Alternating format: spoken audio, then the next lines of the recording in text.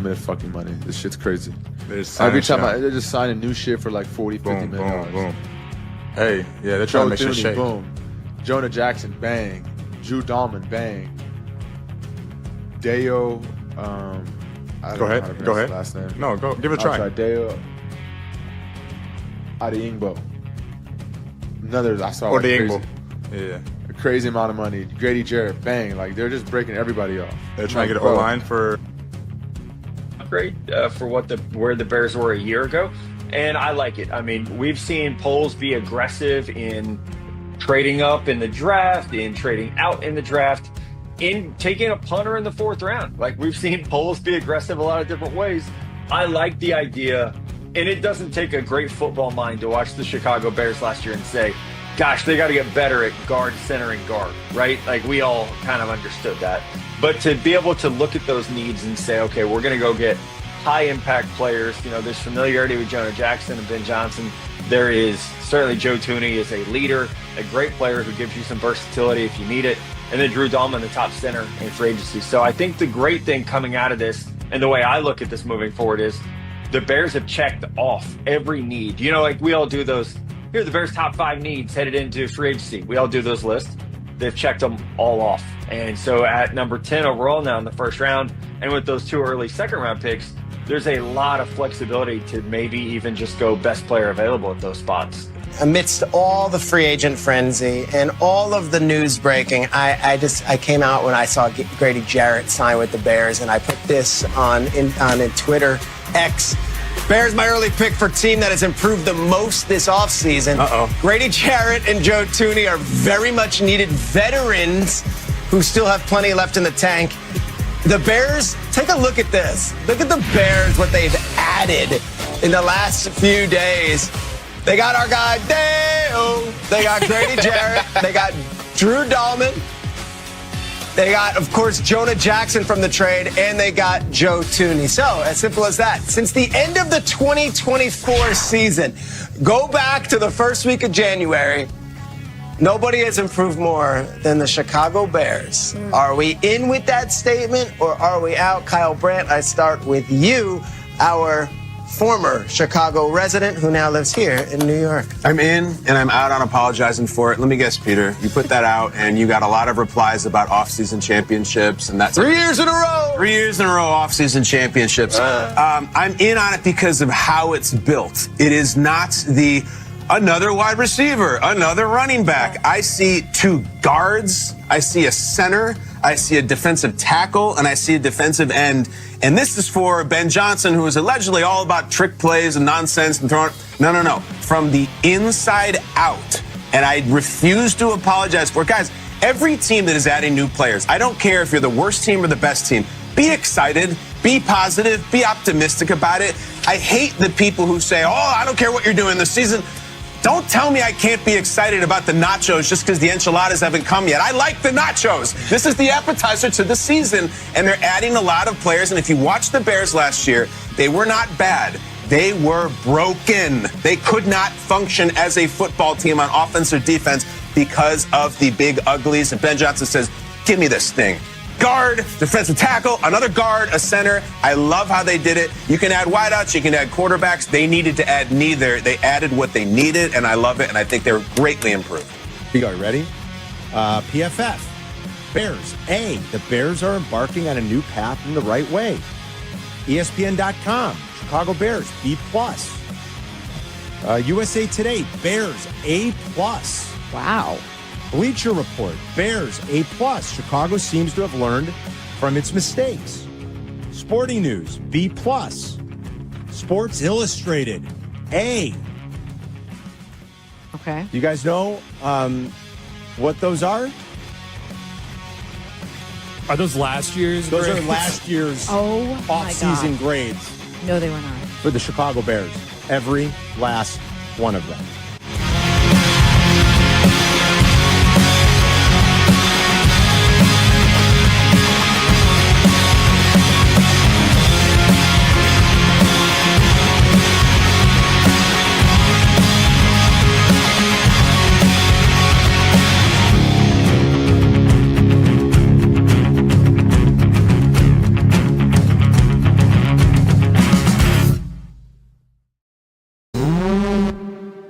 Welcome everyone to a fresh episode of BTS Bare Their Souls. That's my opening for the Gabriel show. Why am I doing it here? I don't really have an opening for the Bare Their Souls. But nonetheless, here we are again on a Tuesday night, March 11th. Johnny Santucci will be joining me briefly so we can talk Chicago Bears. But what a week it has been. The Bears have attacked free agency unlike any other year of the Ryan Poles era. And we can't proclaim them champs yet. That's a piece of sound from the Carmen Yurko show was a perfect example. Is that the Bears seem to win a lot of off seasons. The Bears got A's and B's for last year's off season, and what did it net? 5 wins. So, but the thing is that this is different. This is different because they're attacking what purists of the game of football know you need the most, and that's an offensive line, a defensive line, and a quarterback. Last year, they drafted the quarterback, but unfortunately, they when they went to address the trenches, it was Karan Amigaju, a kid from Yale who suffered an injury towards the late season and hadn't played in a while. So he was definitely a redshirt candidate, but had to play because of other injuries and the lack of depth that Ryan Poles failed to successfully create. He tried to, but it was a lot of run-of-the-mill players. And so when it comes down to the first choice of free agency this year, a lot of fans were complaining. Oh, there he goes again, bring in another guy with an injury history, another guy, a reclamation project, and so forth.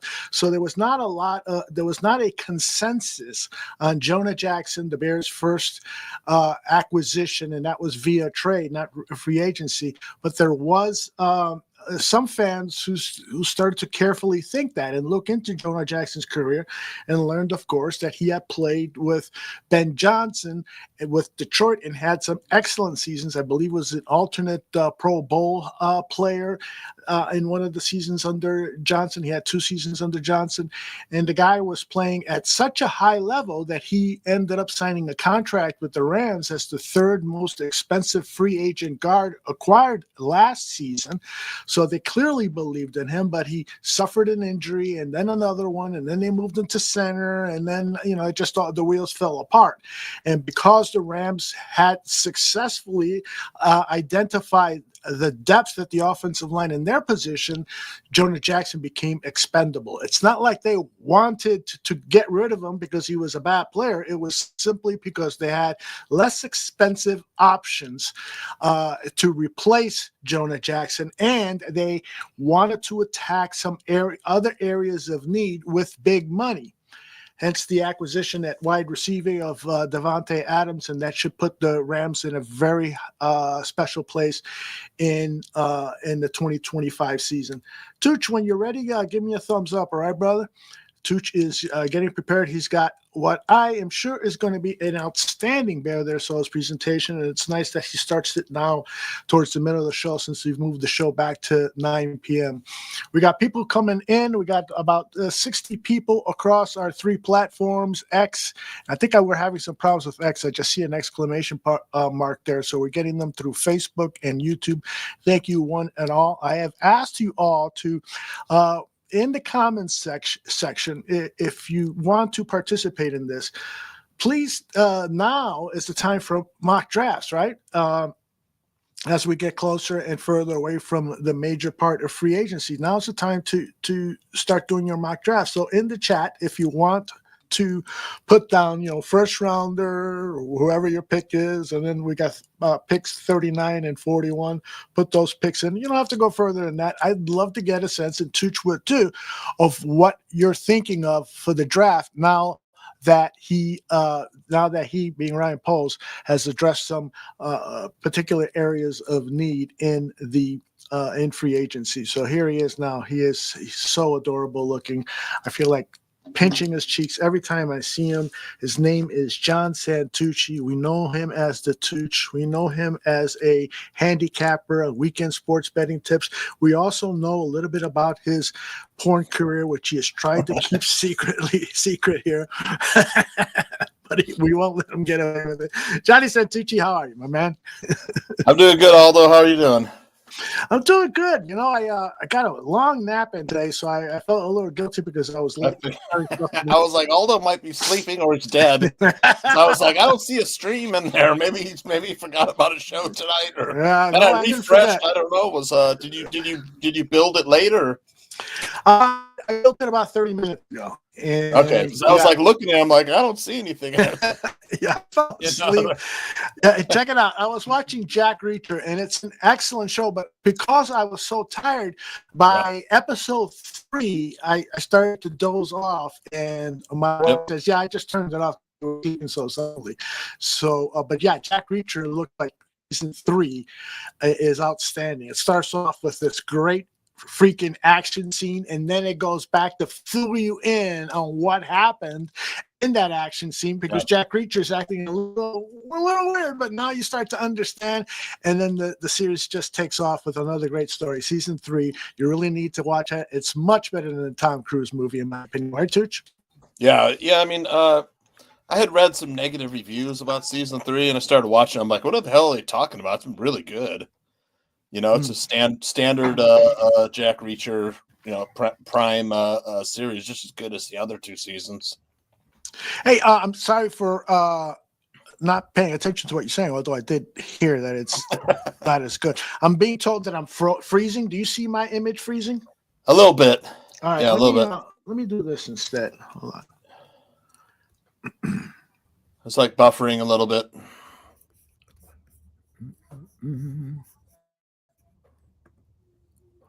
All right, I'm going to use this computer. All right. Although I got to get rid of the echo. Do you have a little ring light to illuminate you a little bit? Sure thing. It's like Aldo in the dark here. Hold on a sec. Sing a song.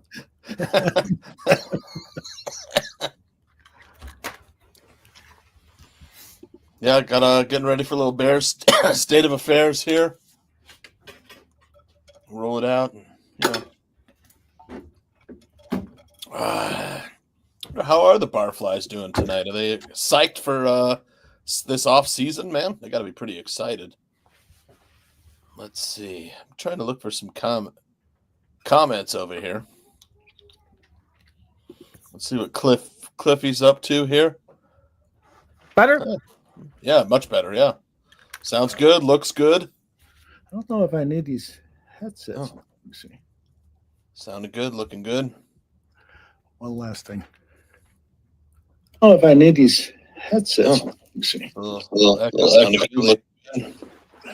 One last thing. Oh, if I need these headsets. Let me see. One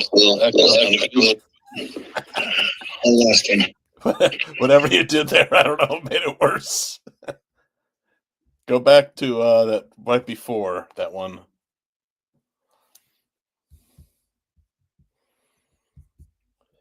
I wonder what happened to let's see, who's that? Ryan Billings is here tonight.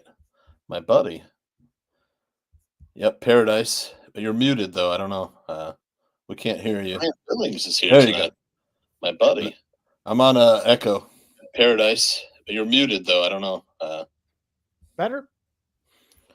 Let's see. Can you hear me? Yeah, that's good. Yeah, yeah, that's good. Awkward open here, guys. Yep. Tooch is here. We're ready to go. I was talking about we'd love to see your mock drafts, and was talking about Jack Reacher. So how do they submit those for you? Just put them in the chat. Put pick number 10, who you would pick. Pick number 39, who you pick, and pick number 7 or 41, who would you pick? Just give me the top 3 picks. And then a little later, we will also be talking about a mock draft that Tooch and I will, maybe we'll do that first. Do that, our mock draft, and then read the submissions in from people. There's Billings calling you out. Yeah. We want to do a little Bears state of affairs?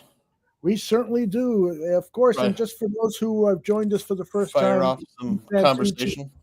Yeah, Johnny Santucci always does a Bear State of Affairs. It's award-winning, a Pulitzer Prize nominee. So we're pulling for him to win that Pulitzer Prize and get all that money. But it starts like this every week.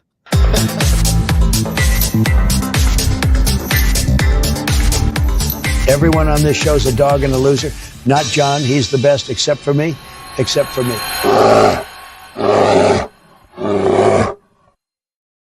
Yeah, Bears State of Affairs, NFL offseason week 11. What's happening, Barflies? Well, there really isn't that much going on. Oh, wait. Yeah, here it is.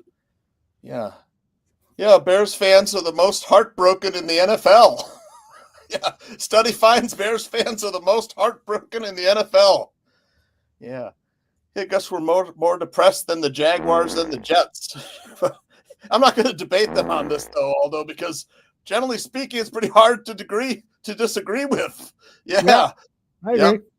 But as soon as the NFL's free agency period began on Monday, this study became totally irrelevant. Yeah. Woo-hoo! Yeah, the NFL 2025 NFL free agency period got off to a blazing hot start for the Bears. Yeah, as soon as the free agency period opened on Monday, Ryan Poles, like a ninja, struck early and often. Yeah, first the Bears GM got things started by signing former Falcons center Drew Dahlman. Yeah, to a 3-year, $42 million deal and includes $28 million guaranteed. Yep, Dahlman, the son of former NFL offensive lineman David Dahlman, is arguably the Bears' best center since Olin Kreutz. Last season, Dahlman allowed only 2 sacks and 10 quarterback pressures. Dahlman, 25, becomes the centerpiece of the Bears' revamped offensive line, joining guards Joe Tooney and Jonah Jackson, whom the Bears acquired last week via trades with the Chiefs and Rams. Not only that, but Dahlman turned down a bigger offer to play with the Bears. Yeah, he wanted to be here. He wanted to play in Ben Johnson's offense. Ay, Dios mío. That's right, Heidi. Yeah. So Bears fans can rest easy now that the Bears have committed to improving their offensive line and focusing on the interior of the offensive line. Right, Aldo? Yep. Absolutely. With this year's draft lacking in top-end offensive line talent, Poles decided to go all in before the draft. Let me break this down for you, Aldo. Yeah, last season, Ryan Poles surrounded Caleb Williams with top-notch receivers, only to realize later they forgot to properly address the offensive line. Yeah, Ryan Poles, in his 4th year, he finally realized, that the importance of building the trenches after last year's unit allowed a league-high 68 sacks. He's a bit of a slow learner. I mean, the barroom's only been saying it since he got here.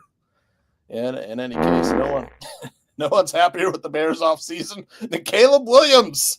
Yeah.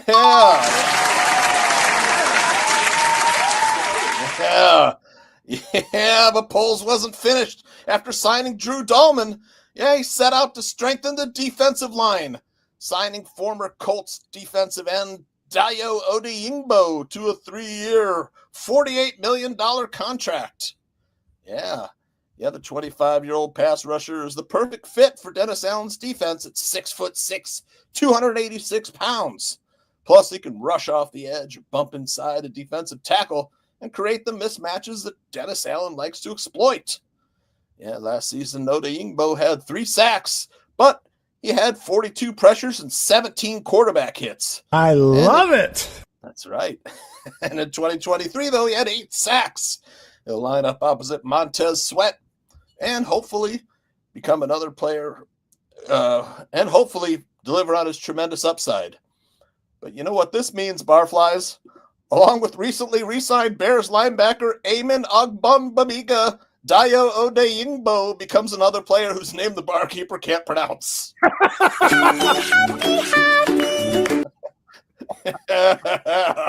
But shortly after the Bears signed Odeyingbo, the Falcons released defensive tackle Grady Jarrett. Yeah. Woo! Yeah. And he was not out of work for long. Mere hours after he was released by the Falcons on Monday, Jarrett signed a 3-year, $43.5 million contract with the Bears. Woo! by Ryan Poles struck quickly, and the 31-year-old will bring much-needed experience to the Bears' defensive line. Last season, Jarrett had 2.5 sacks and 34 pressures. Impressive considering he was coming off a torn Achilles tendon in 2023. He'll bring quickness and veteran savvy to the Bears' defensive line, but most importantly, gives the Bears' defense a much-needed, solid rotational player. Yeah, remember before Ben Johnson took over the Bears' head coaching job, he said he wanted the Bears organization to admit their failures and have a plan to fix them.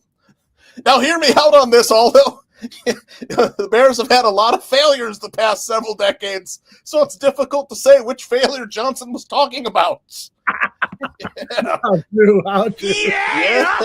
Yeah, but for too long, the Bears neglected the trenches. This offseason, Ryan Poles was trenches, and more trenches. And now they can enter this year's draft without a glaring hole and go best player available. Yeah, and with a new and improved offensive line, Caleb Williams has an outstanding chance to become the first 4,000-yard passer in Bears history. Yeah, we're the only team, although without a 4,000-yard passer. Oh my God! Yeah, there's just a little logo up there in our spot. Yeah, so let's recap the Bears' offseason so far. They traded for guards Joe Thuney and Jonah Jackson, signed center Drew Dahlman, signed defensive lineman Dio Eddie Ingbo, and Grady Jarrett. Trenches. Fucking fire, man! Yeah. Is any other team having a better offseason than the Bears? Yeah, nope. I don't want to get too high on my own supply, man, but the Bears' offensive season has been dank, bro. Yeah, surely we aren't the most heartbroken fans in the NFL anymore after Monday and that Bears state of affairs. Yeah, baby.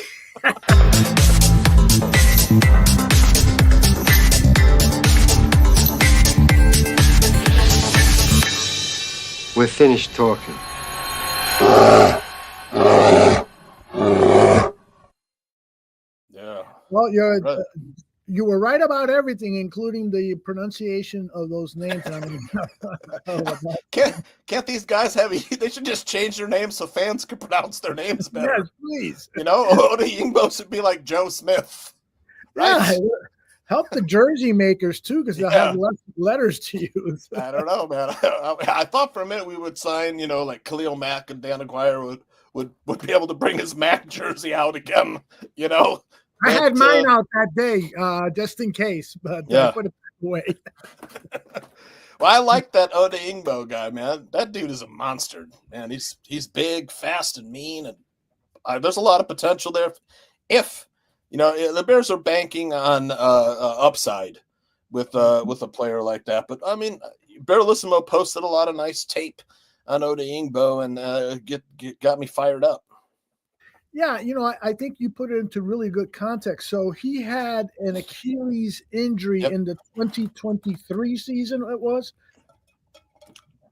Yeah, so did Dahlman.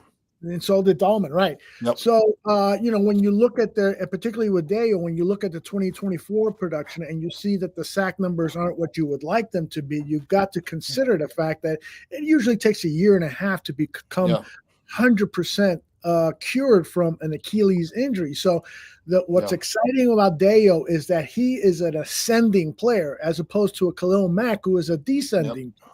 And so that's when I texted that to Dan, because Dan didn't know Deo. And so I said, you know what? He's better than Mack because he's an ascending player as opposed to what Mack is.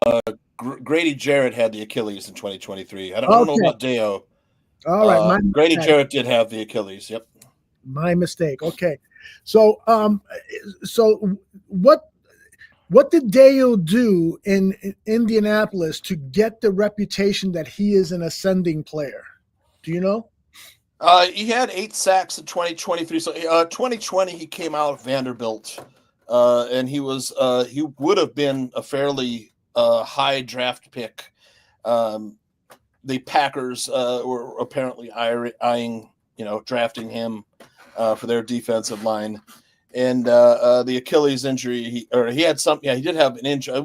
He had it in college, the Achilles injury in college. So that was 2020 when he was on Vanderbilt. And then the Colts ended up taking him. I forget which round. I think it was the 5th round, maybe. I don't know if it was that late, but Wasn't that late? Maybe a little earlier than that. But if you watch some of the tape of last year, he's fast, he's big, he's strong. And he had a lot of pressures last year. He only got home 3 sacks. But if the Bears and Dennis Allen can scheme, he can also kick inside and rush from the defensive tackle spot too. So, looking forward to that. I think I think all the Bears moves this yesterday, it opens them up to take the best player available, obviously, but a skill position player. And I'm wondering if they do want to get Ashton Jeanty because, Ben Johnson had Jahmyr Gibbs in Detroit, and you see how much that opened up his offense. They also need speed at the wide receiver, but there really isn't at the top of the draft a lot of these burners like Ben Johnson had, Jameson Williams, or the Chiefs had with Xavier Worthy, or some of those other players that really Tank Dell on Houston's another one. But there really aren't that many, unless you're trading back and you're looking for a guy like Matthew Golden from Texas who has that speed. But I wouldn't be surprised if they do take Ashton Jeanty if he's sitting there at 10. Well, let's talk more about that because I have been of the philosophy that the Bears need superstars. They need those types of players who you put up on the wall afterwards. I got Devin Hester, I got Walter Payton, I got Gale Sayers. The Bears haven't had a player like that since what? Since Brian Urlacher, perhaps? Since Devin Hester? Perhaps, and so that's what this team needs. I'm actually working on a video with Bierski that's going to attack that problem, but that's my theme. And so the question, though, is it's with Jeanty is he for real? Because he played at Idaho, right? And Boise State. Yep. And so, the competition is definitely not NFL quality. And when he played in the bowl game for the championship game, that first half, they bottled him up. He was finally playing against top quality players. Yep. And so there is that question mark. Is he really as good as he was during the regular season where he was breaking college football records? Do you have, and I'll ask the chat this too, what level of doubt do you have that Ashton Jeanty is going to become a Pro Bowl caliber player? Well, it's hard. He really has some elite contact balance. He's got the long speed. He's an excellent receiver. He's kind of one of the. He's not a big guy. He's like 5'8", 5'9", about 215 pounds. So he's not but he is a workhorse, man. He gets better as the game goes along. And there were games where he had like 200 yards, but again, he was playing against Mountain West, competition. He wasn't playing Penn State every week, But with an NFL, he didn't have a good offensive line like Power 5 college teams have. So that could have been contributed to his lack of success against Penn State. But I think he's got a chance to be, in the same kind of tier as Jahmyr Gibbs. If I know it's kind of a hedge here, but I think he's got a chance to be really special. And I know the chat, he might not even be there because I think teams like the Jaguars or Raiders might take a chance on him. But I think you and I talked about last week how if you're selecting a player that's going to touch the ball as much as a running back does, it might be worth having. And then again, this draft is so deep with running backs. Exactly. You don't need it. But I could see Ben Johnson saying, I got to have him. He's my Jahmyr Gibbs. Right. Let me have him. We'll break it open because he's a home run threat. No question. He has home run speed.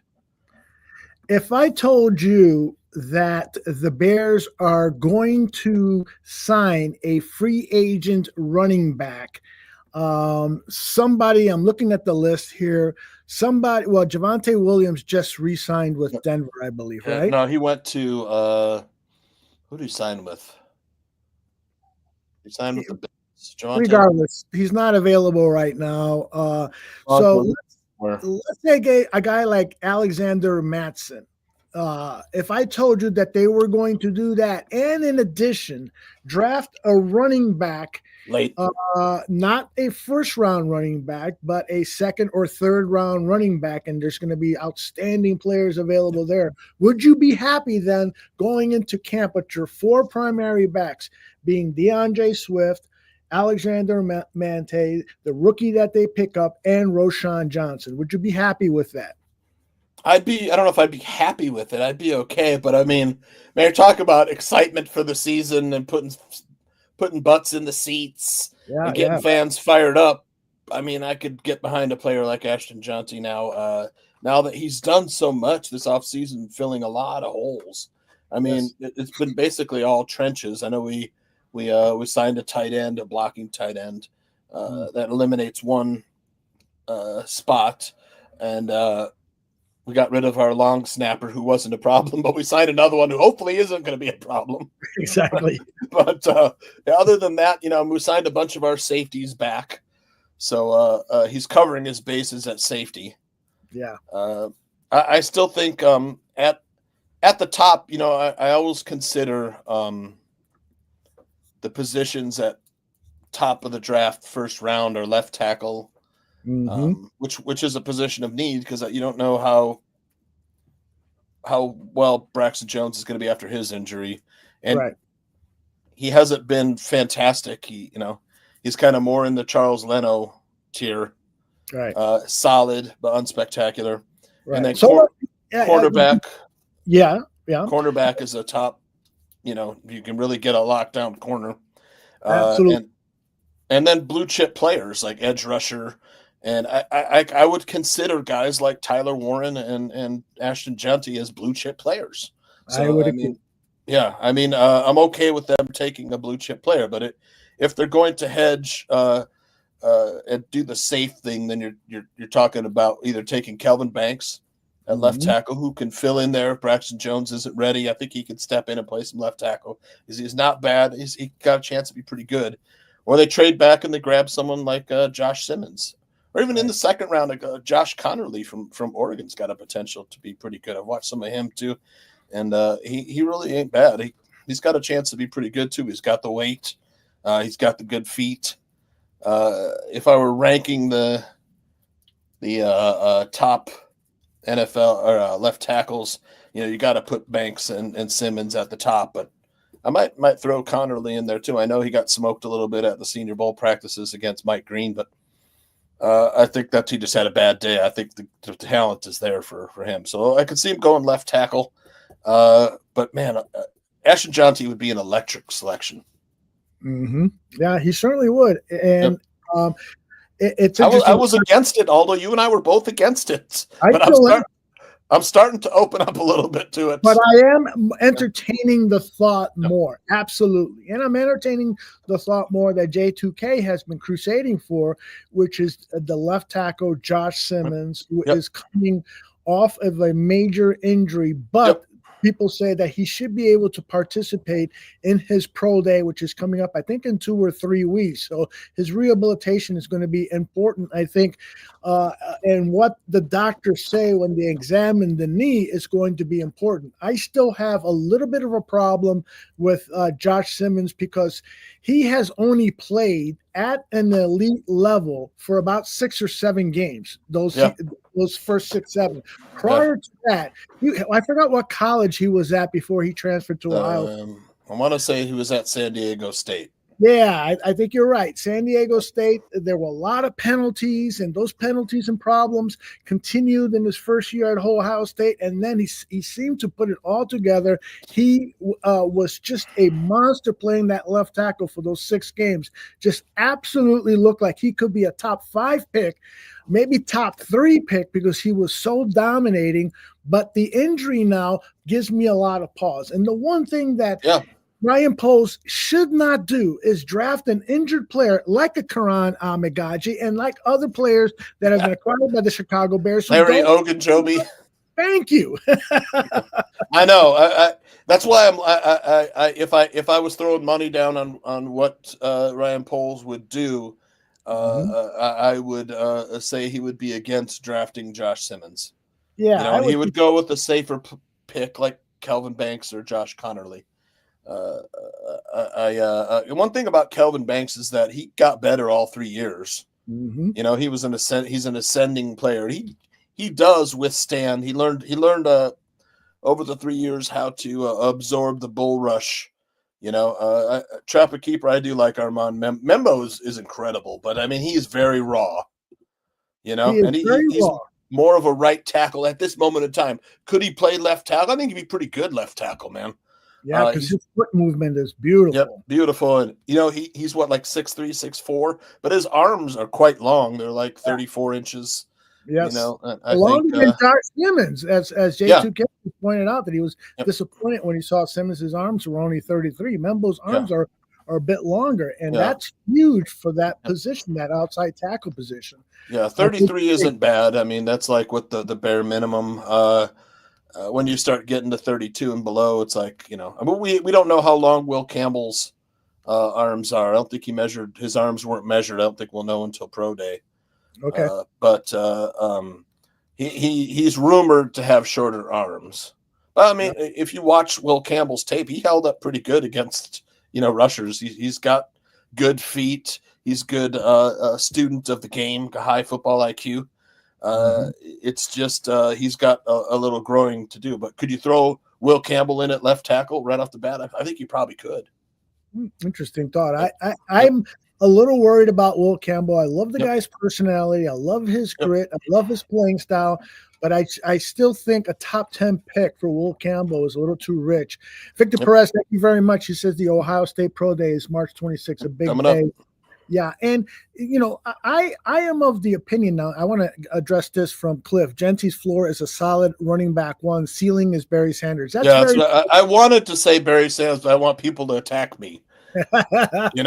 The one thing about Gentry, he's more, I compare him a little bit more to Walter Payton than Barry Sanders because, while Gentry has a little bit more twitch than Payton, he has the kind of power that Payton did. And Barry Sanders had a lot more twitch and avoided hard hits or tried to avoid hard hits with his excellent agility. So either way, I do agree that the ceiling could be Hall of Fame running back, but at worst, you're going to get a really, really good running back. There's no doubt about that. Did I ever tell you my Barry Sanders story? No, I don't think I did. So I was visiting my friend who was going to college at Iowa State, and drove out and stayed at his fraternity house, and we're partying there and stuff, and some of the people at the party were like, "Hey, Iowa State's beating Oklahoma State." I was like, "Let's go down to the game." And by the time we left the fraternity house and got to the stadium, like Barry Sanders had scored like 3 touchdowns, and the game was over. They took the lead. After that was like the game was over. But Skeet Dog says, "Aldo, you're tripping. What'd you just say?" Yeah, tell me what I said, because I say a lot of shit that makes me I'm high on drugs. Sometimes I think it too. Yeah. That's a great story on Barry Sanders. So did you have a cannabis seltzer or something? No, I've had they have those in Illinois, right? They have to, I think. You know what? I think they do, but I'm not absolutely sure. I brought I brought a 4-pack out to my brother's house last time I was in Chicago of cannabis seltzer. Well, I was like, and I was telling him and his wife, "I brought you guys some cannabis seltzer." And his wife grabs it and she's like, 4 milligrams. I usually drink 10 milligram THC. I was like, "Oh shit,"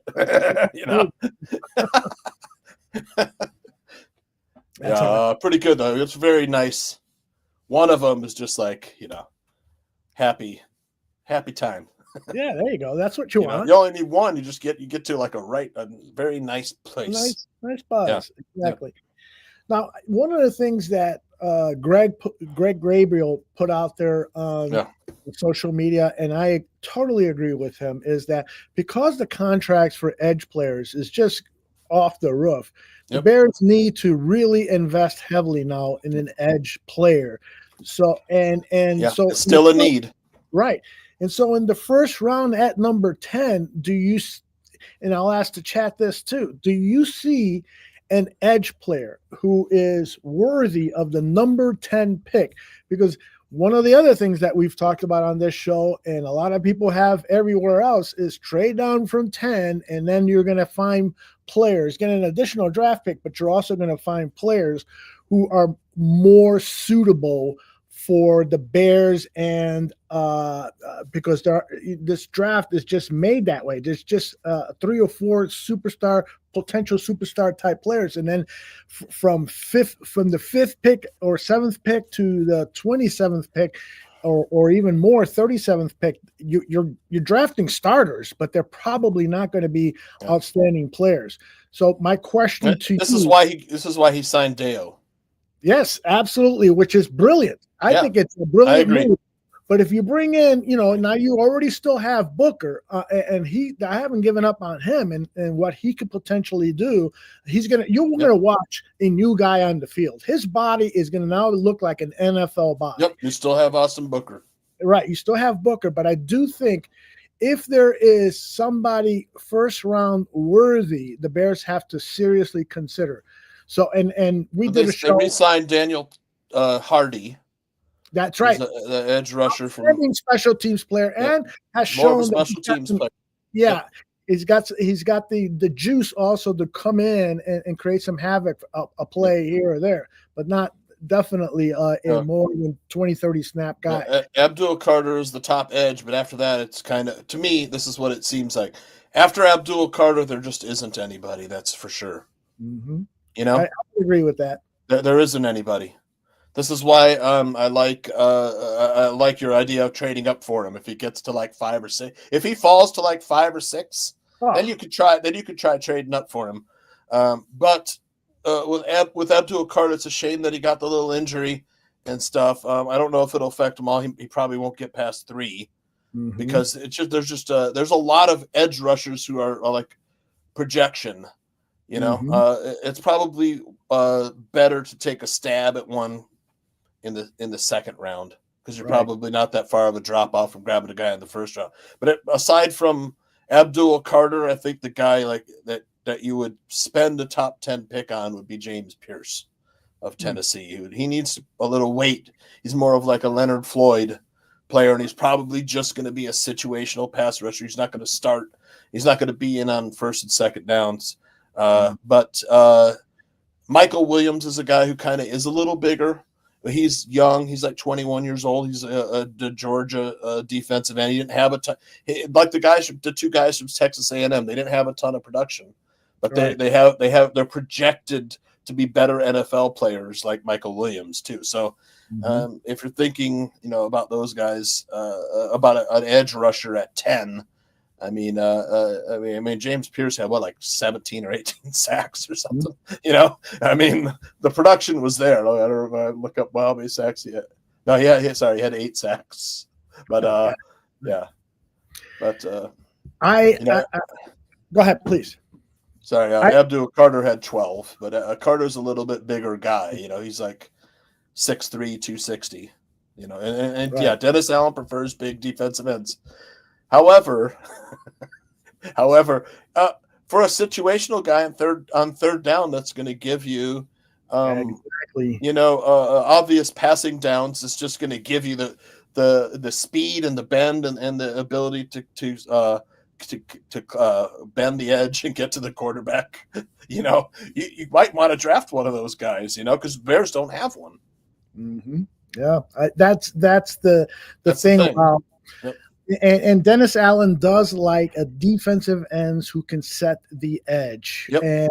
And it was also one of the topics Ben Johnson addressed when he talked briefly about the Bears defense in 2024, that he noticed that they just couldn't stop the run. And he gave a lot of credit to that, or reasoning to that, because of the absence of Andrew Billings. But I'm sure if he had studied the tape closely before the Billings injury, the Bears were still being, the Bears started off the season giving a lot of yardage. I went to that first game against Tennessee, and Pollard ran up and down on the Chicago Bears, and that happened again in game 2, game 3, and then Billings gets hurt. and the run defense gets even worse. So I can see Dennis Allen wanting to address by adding at the defensive tackle position, making sure that Billings is 100% healthy, and maybe targeting a first-round defensive tackle where there's more talent. But there's also talent in early in day three at defensive tackle. But I can also see my main point in this little diatribe of mine is that the defensive end that the Bears acquire, I think, is going to probably be more of a run defender than a pass rusher, unless an elite pass rusher falls to their lap, like a Abdul Carter. Yep. Yeah. I mean, I like I said, I could see him taking a chance on James Pierce, although the character flags have already started flying. Character concerns, but I mean, pass rushers have always been the diva types, like wide receivers. They're the divas of the NFL. Yes, they are. But maybe I agree with you in sentiment that if we're looking for blue chip players, then we take a blue chip player at 10. And I think the blue chip players at 10 are Abdul Carter, Ashton Jonty, maybe Tyler Warren, the tight end from Penn State. I would add him there. Yeah. I think it maybe Brock Bowers opened that door for him, but the guy lines up at quarterback too. And he'll throw a pass. He does a lot. He lines up in the slot. He lines up at running back. He lines up split out wide. He lines up as an inline as a tight end. So a lot of opportunities for Ben Johnson to create some mismatches with the tight end from Penn State. Yeah, J2K says, I don't see a defensive tackle early because Dexter, Billings, and Jarrett is enough rotation. Well, ideally, you want a four-man rotation, a three-man rotation, because players in a 17-game season and hopefully including guys are going to get dinged up. And as the season goes on, attrition. Exactly. And so I think that was another thing Ben Johnson talked about when he talked, for instance, of the offensive linemen. He talked about 10 offensive linemen, because of injury. And so you want to have, I agree. Good coming off the bench. So I like the kid from Michigan, not Mason. I like Mason Graham too, but I like Kenneth Grant. I think Kenneth Grant has a chance. He's an athletic freak. I think he's got a chance to be a Jalen Carter, that type of player. He's as big or bigger than Jalen Carter. He just has to put it all together. Needs the right coaching. He's got the athletic. The dude ran like a 4.8 40 at 340 pounds. Yeah. You do not see that. If you track people down from behind at that size, 6'6", 340. Yep. Jason writes, I'd rather have Tyler Warren tight end at number 10 than I would a running back at number 10. And that also factors into your first round selection, because you have, with the first round picks, you have that option year and the contract for extending it the 5th year. So, and then you have 2 years under the current CBA of tagging a player. So you can have a first round draft pick for 7 years. And so the positions that you might want to target for basically a 7-year player, would you want a running back in his 7th year? I mean, outside of a handful of running backs, they don't last that long. They don't make it that far. Exactly. Yep. So a guy like Tyler Warren might be more a better strategic selection, because tight ends usually are really turning into their best around that 5th, 6th, 7th year. You kind of have to gauge it as how many wins is a running back going to get you. And if he is touching the ball a lot, if he's hitting home runs, you're not going to be too sad about not having him for 7 years. If for every game the other team has to scheme against him. Yeah, indeed.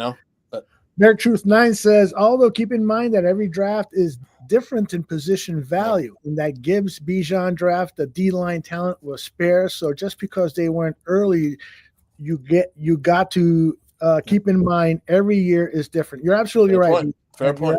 Right.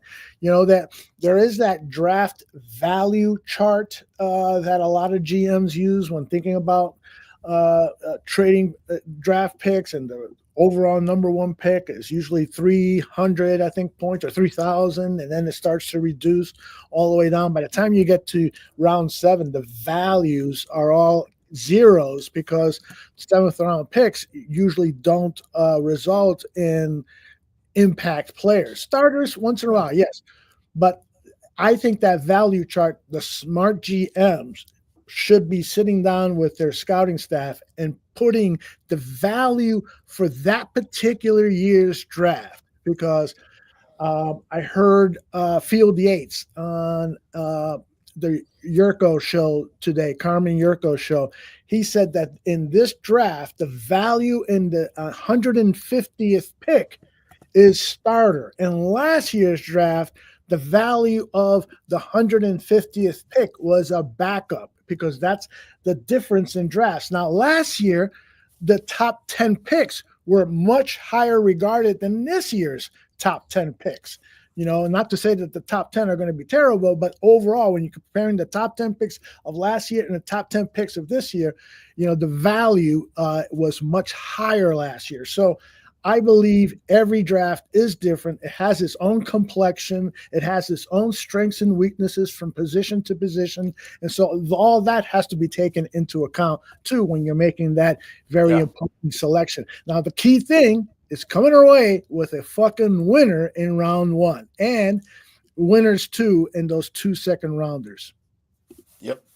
I wouldn't mind trading down from 10 and going into the teens and potentially getting a 3rd, 2nd round pick or a high 3rd round pick in exchange for the number 10 overall player.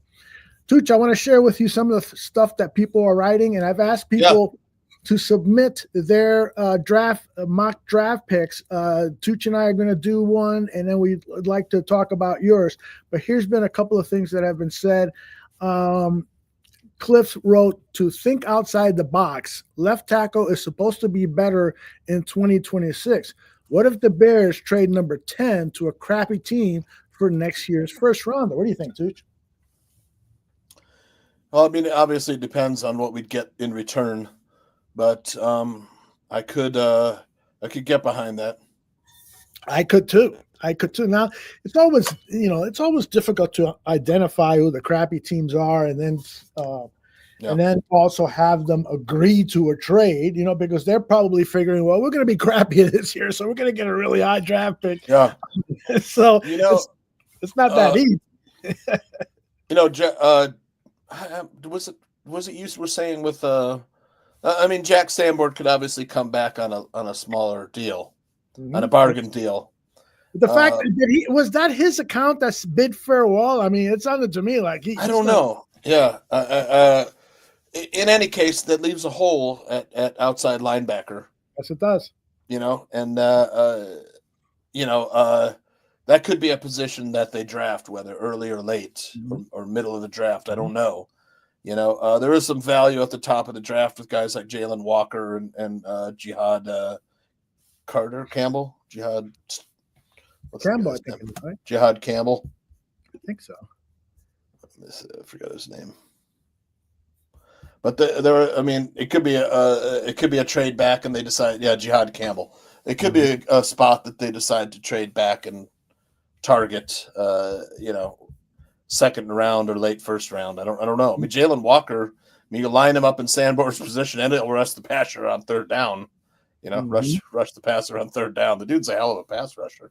He is. Yeah, Danny Shimon loves him. Yeah, he sure does. Does. All right, a couple more comments here I want to share with you. D. Starren asks, if Dennis Allen plays more man coverage, are you okay with the current crop of defensive backs for the Chicago Bears?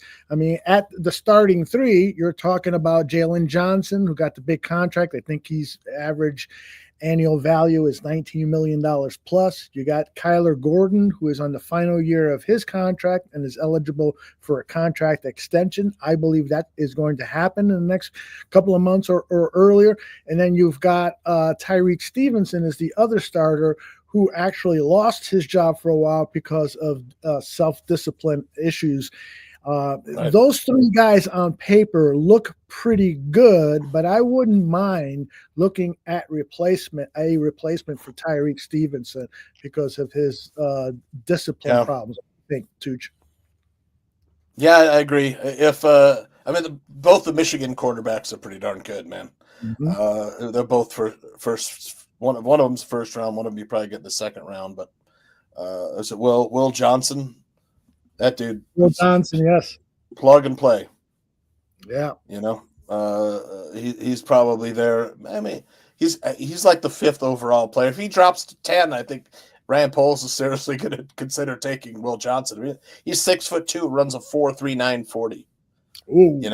I mean, have him opposite Jalen Johnson, and you don't have to worry about Tyreek Stevenson. Tyreek Stevenson becomes a backup special teams player, but will probably request to be traded, given his reaction to when he was told he was going to be benched for a portion of the game. He left the field immediately. He seems like one of those players who wants it his way, and in which case, he's a former second round, or was it second round or third round pick? Second round. Yeah, so drafted pretty high. Yeah, so he's worthy of a day 2 pick in return. And you might have to sweeten that with a 7th rounder. The Bears would, given the issues Stevenson has had. So there's some trade value in Tyreek Stevenson. It probably wouldn't happen until near the draft or even after the draft. So J2K wants to know, oops, that's the wrong one. What if Travis Hunter falls to 10, which is not out of this world for that to happen because wow, okay. Yeah. I would be like, there's no chance, but it's highly I would run to the podium and say, you're my next quarterback for the next 10 years, buddy. Yes. Talent like that, you just can't say no to, even with the needs elsewhere in this team, because he's going to give you, I think it was Mel Kiper and Field Yates were saying, this guy is going to give you superstar play at the wide receiver position and can play 10 to 15 plays as a defensive back, like on your nickel and dime coverage, and he's going to be a ball hawk. So you're getting 2 players for 1 pick. I would definitely entertain that, but I would also question, why is he falling to number 10? Is there something going on? People think he doesn't have a position, but to me, he's a corner. He's a corner. Yeah, I think first and foremost, he's a corner. I mean, you plug him in, lock down the other team's number 1 wide receiver, and then you give him some plays on offense. Whatever, third down and long or something. If he comes in. Exactly. Last says Stevenson will come back strong with Chris Harris working with him. It's a great point. You got a disciplinarian like Chris Harris. Yeah. Somebody he can relate to. No offense to Hoke, who was the defensive backs coach last year. But I like the fact that, a guy like Chris Harris is not going to allow one of his players to be cheering or arguing with fans on the road on the final play of the game. He was actually doing it for 2 continuous plays. Stevenson was so unaware of what could potentially happen. I don't think that Chris Harris is going to let any of the defensive backs behave in such a way. And that was clearly the one play in the 2024 season that triggered this long losing streak. The Bears would have won at least 2 or 3 more games the rest of the season, but they were so much in shock as to what happened in Washington, and it created the team turmoil and stuff. So it is Al Harris. I apologize for that. I said Chris Harris. And Najee Harris is the top running back coming out in free agency. He's still unsigned, I believe. He went somewhere. He went. Did he? Yeah, I forget who he signed with, but Chargers. He went to the Chargers. Yep. That's a Jim Harbaugh running back. Yeah. That is definitely a Jim Harbaugh running back. All right, a couple more comments here from people who have sent us questions or thoughts. KQ says, I think the Bears will draft their 3rd wide receiver, the wide receiver number 3, by the 72nd pick, which is their 3rd rounder. I would agree with that. I would agree with that. If not, they're going to have to spend some money in free agency. And that's the other question now is after they have spent money on acquiring the players that they have now, how much is there in free agency? We probably won't know for sure until later this week when contracts are actually signed for the players that were traded for. And then the services like Over the Cap and Spotrac are able to adjust their tables on that. But I don't think I doubt if it's more than $20 million. So you usually have to have 6 or 7 for the draft of the players you draft. Yep. They're going to have signing a wide receiver in free agency. I guarantee it. It'll be like Josh Reynolds or Tim Patrick from the Lions. One of those two guys just to at least provide some depth. Tim Patrick would be a nice addition. Absolutely. Yep. J2 Kiss, I think we sign a free agent wide receiver after we extend Tooney. Yeah, and I have learned that when the trade was in the works for Tooney is that there was the discussion that Poles was going to attempt to sign him to an extension. So we'll see. I don't think Poles would have pulled the trigger on the Tooney trade if there wasn't a chance that the agent for Tooney wasn't interested in getting an extension. But I believe that was communicated, and so hopefully we'll learn of the signing or this extension briefly. And Muck is right. We need a speed guy at the wide receiver position. Have you given up totally on Terrell Smith, is it? That's his name? The defensive back on the Bears? No. The wide receiver, the speedy wide receiver can't catch. Let's see. Terrell, something help me out, John. What team is he on? He's on the Bears. He's on the Bears. Tyler Scott. Tyler Scott. Thank you. Thank you, Larry T. Thank you, everybody. My old brain. Do we have a Terrell Smith at cornerback, though? Do we have a Terrell Smith cornerback? Yes, right? we do. Yes, we did. Who's pretty good. He was the guy that took over for Tyreek Stevenson and played well, with the exception of one game where he got burned. But what do you think about Tyler Scott? Should we not count on him, sort of like we are counting on Booker? I tell you what I think. Although this is his last chance. That's it. This is it. Yes. You line up in the slot, buddy. Maybe run some fly patterns, but I don't know. This is probably his last chance. Yeah. Yeah. Inglewood says he can't track the ball. Body catcher can't track the ball. Body catcher. There's a bunch of guys like that in this draft. The same player as Tyler Scott. Yep. So the hope is better.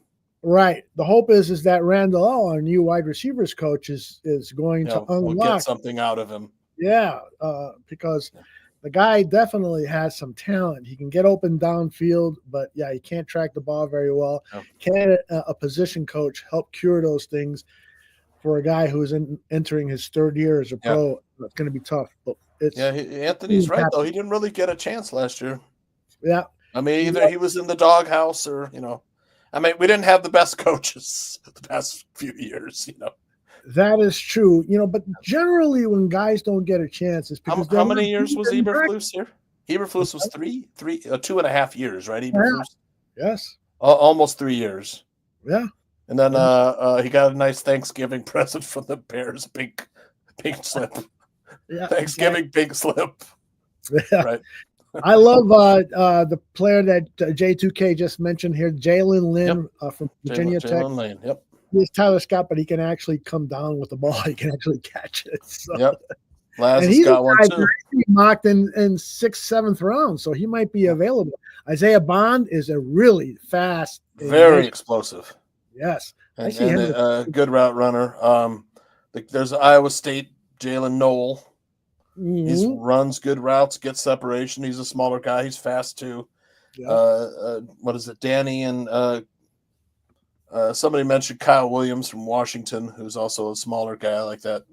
Yeah. Slot player. Xavier Restrepo from was it Arizona State. Yeah. That guy's a good little separator too. He's like a Julian Edelman, Yeah. Now this wide receiver class has a lot of guys who are like 6'1", 6'2", and are good over the middle, tough catchers. Yeah. Like I'm thinking about Restrepo's on Miami. He's tough over the middle. 5'10", 210. So I wouldn't mind. I wouldn't be too upset if we got a wide receiver like that to play the slot, and then just rely. Those guys are around that 72 though, Aldo. Right. They're all around there. Isaiah Bond, Jalen Noel, Xavier Restrepo. What's the other guy's name? Jalen Royals. All those guys are right around 60 to 70, 60 to 80. Yeah. You know, those slot players are going around 60 to 80. Tez Johnson. Yeah, but Restrepo's on Miami. Yep. Sorry. And this kid, Tez Johnson, he's a small guy, but he ran like a 4.57 at the 40, which he weighs 154 pounds too. Yeah, as Daniel Jeremiah said, you got to run faster when you're that size and you're running a 4.57 in the 40. You're going to have a hard time making it in the NFL. Yes, here's the guy that I love. Thank you, J2K. Beck. Jack Beck. Yep. TCU. Yep. Talk about a tough guy who comes down with Very the ball. Tough. Got that attitude that you want in your football team that you would love to have in your wide receivers. He's like Cooper Kupp. Yeah, he could become a Cooper Kupp. He could, but I see him a little bit more as a. He's not. I don't think he's as has the twitchiness as a Kupp. Yeah, Kupp is shifty. Yeah. Yeah, more. But Beck he's a playmaker. He really effing is. He's a playmaker. J2K, who is your comp for Jack Beck? I thought of Jordy Nelson, but Jordy's probably faster than Jack Jordy Beck. is way faster. Oh yeah. Jordy might have been one of the fastest players in the NFL when he was playing, at least top 5. Yeah, he was. J2K says Beck has the best hands versus a DB in this draft. He's so nuanced. Comp maybe Edelman, but much bigger than Edelman. He's bigger than Edelman. Yeah, Edelman was like 5'10". Yep. Beck's like 6'1". Right. And when it comes down to guys like Beck, and there's some other players in this draft, the way they behave, you want that in your. These guys to me just appear to be team leaders, guys who are tough, not going to take any shit. Joe Thuney is a team leader, but is he tough enough? No. So I don't know Jonah Jackson, his comportment. I don't know Drew Dolman's comportment, but I'd love to see a tough ass guy join this Bears offensive line, and maybe Thuney will have to play that role. We'll see. Yeah. All right. A couple more comments. PZ asked about the tight end position. I think we've gone over that. Cliff Victoria. I want Bears to go after the best player available. Pay attention to the edge, running back, tight end, safety, and O-line, but go BPA for each. If a linebacker is BPA, take them too, or take that player too. I don't be surprised if they took a linebacker in the first, second, or third. I would be shocked. I would be shocked. Just because I don't know if Dennis Allen has ever shown the propensity to put that much value on the linebacker position. And I got to believe they want Tremaine Edmonds to play out one more year out of that contract before they invest heavily in the linebacker position. Yeah, I mean, there isn't much there. Right. Right now, there's Noah Sewell, who has he played at all? And then Amen Ogbongbemiga.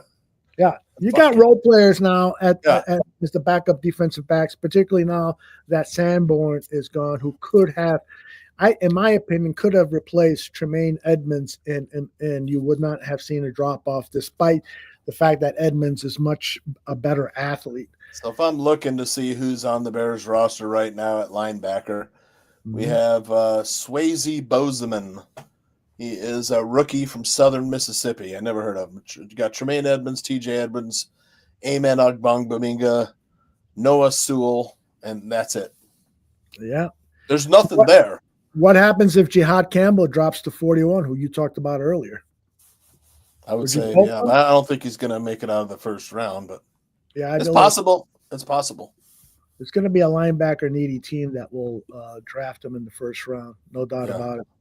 Let's see. What else do I got here? Billy Ocean says trade down. Let's look at a couple of these drafts. This is J2K's mock. He's got at defensive end. I noticed now that he has changed his mind on Josh Simmons. Oh, well, and going for the Georgia defensive end, Mikel Williams. Any thoughts on that, Tooch? Michael Williams is he's like I said, he's one of those players where he'll probably be a better pro than college player. He's young. He's only like 21 years old, so he's going to take a little time. He is a bigger defensive end, like Dennis Allen likes, you know. But I don't know. I mean, I could see them taking him for sure. He's definitely in that range. I could see it. You know, the thing that Johnny says in his scouting evaluation is that sometimes he disappears for plays. Yeah. Well, you just hate to see that out of your edge players, especially in the first round. You know, Jihad Campbell, I see ranked around 40, 41 around there. So yeah, if he's available, you might think about taking. He's also a guy over. You know, he can give you some pass rush juice. He had 5 sacks at Alabama. There you go. But, you know, outside linebacker, he's fast, you know. Yes, he is. 4.5, 40. What do you think about J2K's number 39th overall pick, early second definitely round? A need. And that's a big guy. This is like going back for our audio podcast audience, let's say the guy's name. Go ahead. Nick Emenwari. Thank you. Right. He is a big dude. He's like 6'3", 225, something like that. He's one of those bigger safeties. I mean, but it's definitely a need. You know, I know that at the combine, just incredible. You ran the 40 in what 4.39 or 4.38 or something like that. Yep. He was the vertical was 4.38 40. 4.38 40. I mean, this is a big dude. Yeah. Yeah, 220. You know, had a 43-inch vertical. That's like unheard of at that size too. So I'm totally on board with them and Warrior. This is a guy that's a playmaker. South Carolina had a really good defense too. I think Warrior makes it to the second round, but I don't think he makes it to the second round either. Yeah, but he is top 20, I think. I'm with Kay, but as long as the mock drafts, me too, man. Amika Egbuka dropped to 39 for me, bro. I was like, I'll take him, you know, the Ohio State receiver, plug him right into the slot. That's it. All right, let's see who he's got at 41, and that's running back Travion Henderson. Great value. Love the player. He is a home run hitter too, probably one of the few home run hitters in this draft. But he's kind of the same size as DeAndre Swift, but a little bit bigger, a little tougher too, I think. You know, so if you're planning on moving on from DeAndre Swift next year, it's fine. Yeah. Fine. If you want to have a little thunder and lightning, then you go with his backfield mate Quinshawn Judkins, who's bigger. He's like 6 foot 220, and he does have some deep speed too. He might get caught from behind a couple times, but he also could take it long. Yeah. Yeah, it is Al Harris. I'm just responding to and the Travion should be there at 41. Yep. Travion should be there at 41. I agree. Quinshawn Judkins will be there too. Yep. Let's see. Who else does he have at number 72, the third round pick? And that's tight end Mason Taylor, who is an excellent value at 72. This kid could be one of the league's best tight ends. He is the son of Hall of Famer Jason Taylor, pass rusher with the Dolphins for many years. This kid can do it all. He's probably the third ranked tight end in this draft after Colston Lovestand, and he is solid. He is solid. Very solid. He's got good speed. He's got great hands. You know, runs good routes. He's got some good hips and feet, you know, to shake loose and stuff. Got decent speed. He's a decent blocker. You can't get much more solid. You know, if you're looking for guys that are going to break games open, you're looking at like Tyler Warren and Colston Loveland. Those guys have the deep speed. You know, Mason Taylor's got decent speed though, and you know people love the NFL bloodlines. You know, Drew Dahlman, for example, his dad was David Dahlman, played for the Bills and 49ers, I think. I didn't know that. Yeah, David Dahlman was the father of Drew Oh, Dalman. the name is familiar. Yes, yes. Yeah, David Dalman played a long time in the league. Mm-hmm. Mm-hmm. I think he was a guard or center. Yeah. A lot of discussion here about running backs. That's the thing. Hampton does get caught from behind sometimes, but he's big, man. Tacklers bounce off of that guy. He's a 6 foot 220, but yeah, he doesn't have that. David Montgomery. He's David Montgomery with a little more speed. He can catch the ball too. They split him out times. Acceleration. Yep. How I see it. Yeah. Yep. All right, let's go to another mock draft. This is from our buddy Foster Covers over at BCP Bears Country Productions. Now he's trading down. He traded back. Okay. Yeah. Right. And so he picked the Ohio State or Alabama guard Booker. Mammoth man, 340 pounds, has a nasty disposition. I would love to see this guy come in and eventually take over. He's not the most athletic, like Greg Gabriel said. Right. But if he gets his hands on you, you're pretty much done for the play. Right. You're out of the play. If he gets position on you, gets his hands in there, your play is over. He's more of a power run game guard, and the Bears, the Lions, they run a lot more zone than power. Mm-hmm. Yeah. Let me. I love the player. Yeah. Walter Nolan at 30. Walter Nolan. Yep. Yeah. What do you think about Nolan? I'll say very intriguing. Very intriguing. He's only 21 years old. Mm-hmm. Lance Zierlein was on Gabriel Talks Football, and he had Nolan as the top 5 of guys that he graded in the entire draft. Now, I have heard some things about Nolan regarding off the field. He may not be the perfect citizen that you want and stuff. And so those things, of course, we're not going to be privy to until a couple of days before the draft when other agents release that so that they're until he's caught on camera smoking a bong with Laramie Tunsil. Right. A classic day in draft. Classic. Right. Classic spoof. I can't believe that people do that. I've smoked a lot of weed throughout my life. I have never even entertained right before the draft. No, that's right. I can't. I putting on a face mask to get a higher high is still a great player, though. It's excellent there. Think about him. They traded him, right? They traded him, right? Yeah, traded him to the Commanders. Yeah, the Commanders making some moves, man. Yeah, they're trying to do it while they have the quarterback on a rookie contract. Yes. Right. Lance Zierlein said that one of the things that he had heard regarding Tunsil is that he was not the locker room or the offensive line leader that the Texans particularly want. They think that he still can play, but the fact that he is going to demand another contract after the 2025 season or soon thereafter, and that he wasn't the kind of leader to help rebuild the offensive line, that they found them expendable, and they got a lot of draft picks back. So probably a good good trade for both teams, because what's his name could use him with Washington, Jaden Daniels. All right, back to Foster's draft. After Hampton at 47, he's got this defensive end named Princely.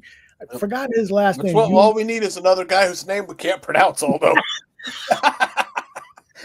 Right? Not less the fact that they got easy first names. Uman Milan. If you say so.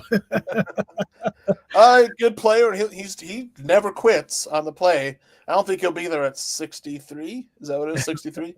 I don't think he'll be there at 63 though. But he's if you want the pass rush, he's probably more of a pass rush specialist at this point. If he can bulk up a little bit and hold, he's not that great against the run. Mm-hmm. But boy, he will chase people down across, sideline to sideline and from behind, and in the backfield. He's got a nice motor and some pass rush juice. Excellent. I like this mock so far. Jalen Noel, wide receiver. Jalen Noel, he played 25 minutes from my house at Iowa State, but Iowa State and. Their quarterback was he was able to bring plays back from bring the team back from behind with players like Jaden Higgins and Jalen Noel. You know, but yeah. And then the safety from Ohio State, Ransom at 1 or 80. Is that 85? No, it's 121. Probably, I've always thought that he was one of the top 5 or maybe top 7 safeties in this draft. So to get him at 121 would be outstanding. Yeah, good value. Yeah, and you would still start Byard and Brisker, but this guy could be the starter in 2026 and still see significant contribution in 2025. I like the pick. I mean, I still feel safety is a need. Yeah, you know, because you don't know about Jaquan Brisker's health. Kevin Byard, he only signed a 2-year deal, I think, right? Kevin Byard. Yes, he's on the last year. This is his last year. On the Bears, they've got 4 signed safeties, and their contracts end after the 25 season. So it'd be wise to get somebody in the pipeline. I could see him. There's free agent safeties out there, I think, right? How they all started to get signed or no? I haven't seen any major signings. There were some good ones out there. I mean, I know Justin Simmons is a little older. Barrelissimo likes that Hufanga, and then I like Trayvon Merrick of the Raiders. He's a good real playmaker. If you're looking for a ball hawk. Oh, Javon Holland went to the Giants on a 3-year, $45 million deal. Hufanga is with the Denver Broncos. So he signed with the Broncos. Okay. Yeah. Jeremy Chin, $16 million. So those are the 3 safeties I was looking at. Is there anybody left still? Oh, yeah. Still, let's see. Justin Simmons, Rayshon Jenkins, Quandre Diggs, former Lion, Jordan Poyer. Trayvon Merrick isn't there anymore, huh? No, he was. He went early to the Carolina Panthers, $51 million contract, and so did Cameron Byam. He went to the Colts, $60 million. So those are 2 guys. They went hard on safety, those teams. Right. I don't know who Foster has here at number 149. Cornelius. I don't know what Cornelius. The other offensive tackle across from Josh Connerly, I believe. Oh, okay. Over at Oregon. Johnny Cornelius, maybe. Is that it, Foster? Let us know. So. Okay. Oh, also, so I had that wrong. 85 was Ransom. So at 121, he's got Cornelius. Johnny Cornelius, 6'5", 310. He's played opposite of Josh Connolly. More of a right tackle. Okay. But I don't know. I think Greg Gabriel said he could probably, play swing tackle or fill in. So he'd be fighting for the backup role that they have apparently, because I believe the Bears re-signed Pryor. So, Pryor's only value, of course, is being an emergency swing tackle. So a guy like Cornelius could battle him. He went a lot of offensive linemen here. Is that 1, 2, 3? I don't blame him. 1, 2, 3, yeah. Yeah. Condre at 149. Who's Condre? Can you think of a name? Luke Kendra, guard of Cincinnati, I'm guessing. Okay. But he has like 30-inch arms. But he's tough. But yeah, he's like a T-Rex. He can't reach his wallet. It's like right. You guys pick up the check. I can't get. Oh yeah. He's a guard. Yeah. The tight end Luke Lachey out of Iowa. Yep. That's a good pick. Good player. And then as part of that trade with Cody Simon. Yeah. Linebacker, Ohio State. Good player. Yep. 2026 4th round. Cody Simon is the final draft pick in Foster's mock. Good stuff there, Foster. Yeah, not bad. Arms like a pug. Scrolls.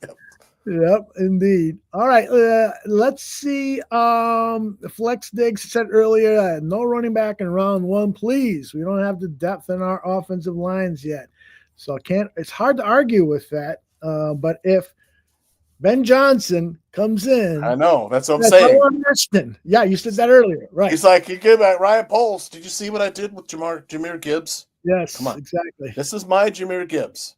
Yeah, this is the Bears version of Jahmyr Gibbs. Yes, indeed. So you gotta I say I'm letting Ben Johnson play GM. Tell me who you want. Ryan Poles should say to him. It probably has to him, and we'll do everything possible to bring him in. Yep. So it's hard to say. I mean, like we said at the beginning of the show, that they are weighing whether or not there's a blue chip player in the top 10, and regardless of position, taking the blue chip, or they go for the value of first round players like left tackle, cornerback, edge rusher. Quarterback. We don't need a quarterback, so I'll leave those four positions are like, the high value first round, cornerback, left tackle, edge rusher, and quarterback. So I mean, we don't need a quarterback. So one of those three, I could see them taking, because obviously, we don't know about the weak spot on the line now becomes Braxton Jones. Yeah, absolutely. That's the weak link. Absolutely.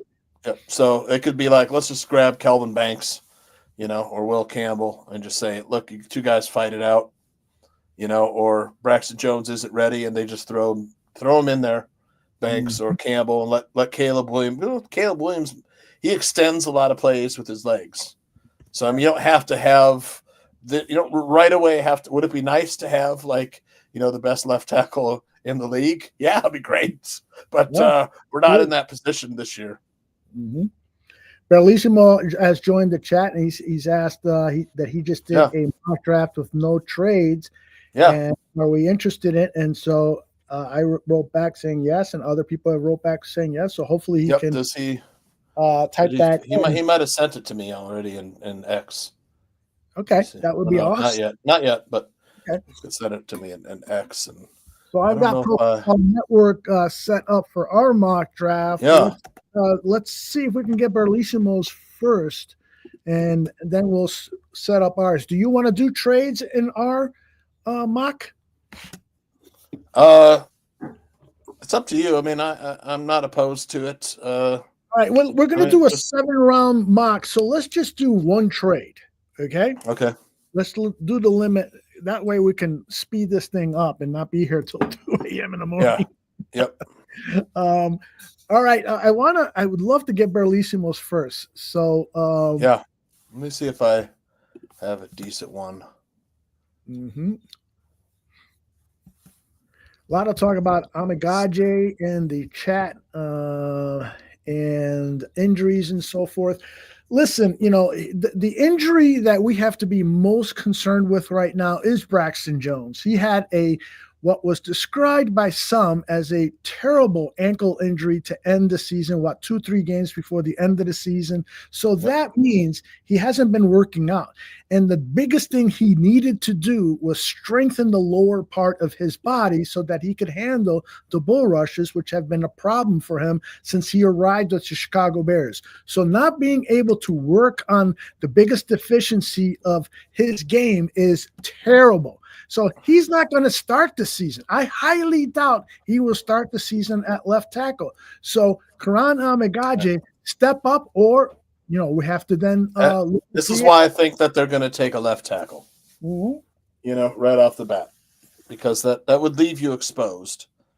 Well, they've done such a great job at putting together a starting offensive line with Dahlman and the two guards, Tooney and Jonah Jackson. It would be a shame if they don't do something at the left. Let's say Braxton Jones isn't available at the beginning of the season. It's Kieran Amagaji and who else? There isn't really anybody. Matt Pryor. Yeah, Matt Pryor.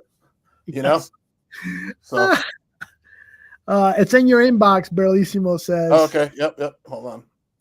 And if Bellissimo wants to join us to explain the draft, I can put the invite in your X DM if I can find it here. I apologize to people watching live as we're doing. They sent me 2 here, I think, right? 2?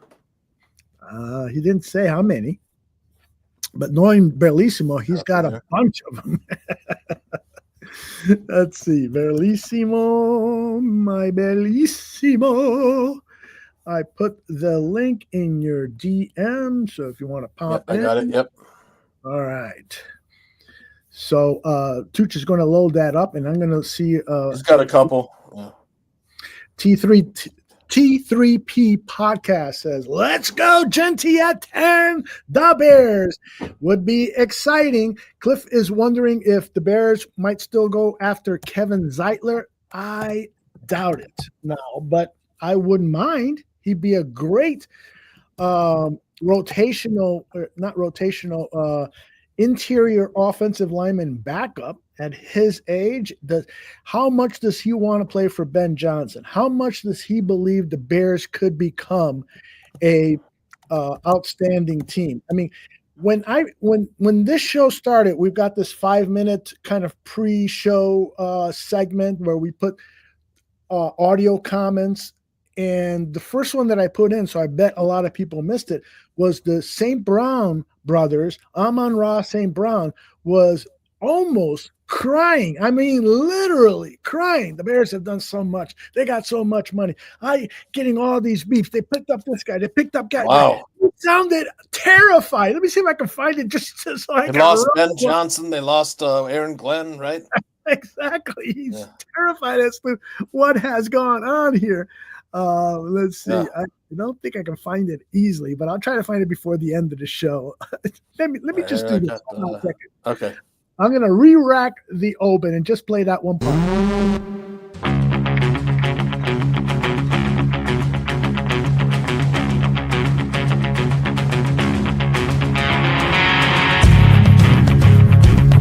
I feel like the Bears have unlimited fucking money. This shit's crazy.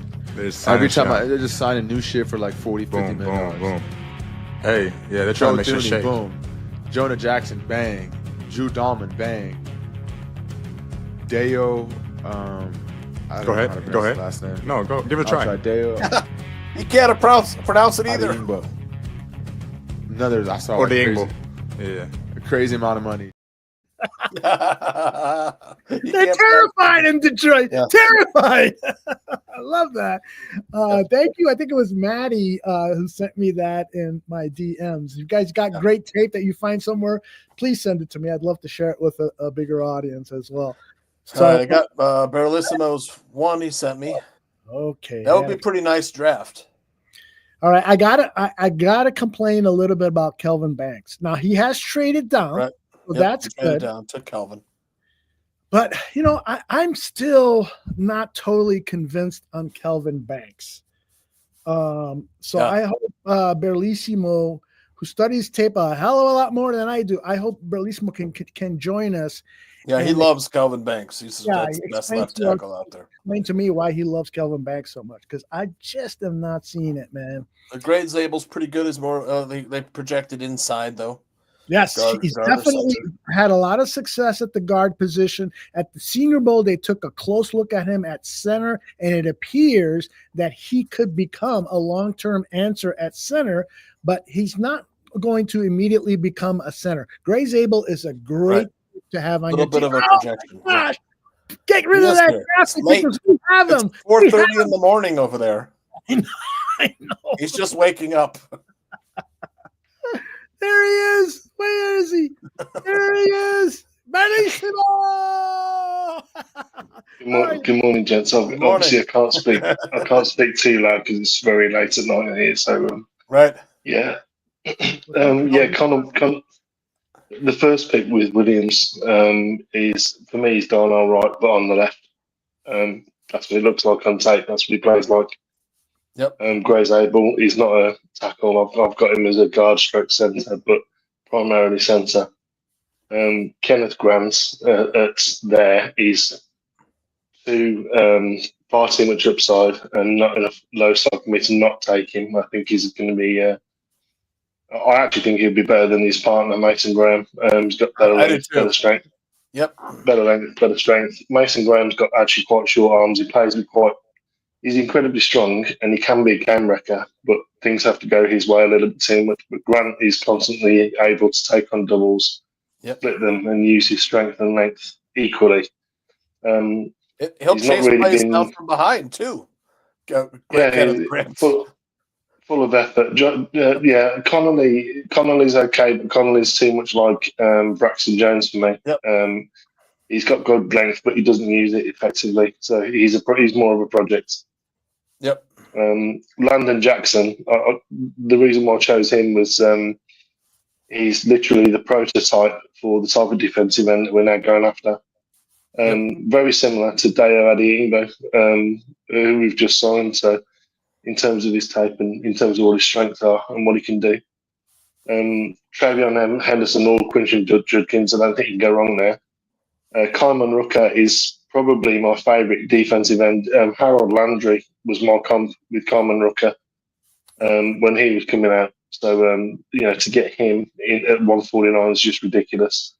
Luke Lachey is a very good blocker and he's a dependable pass catcher and he works well against zone. He's not going to outrun anyone, but he's more sort of like the Durham Smythe, Cole Kmet type mould. Elijah Badger is tons and tons of upside with good kick return ability.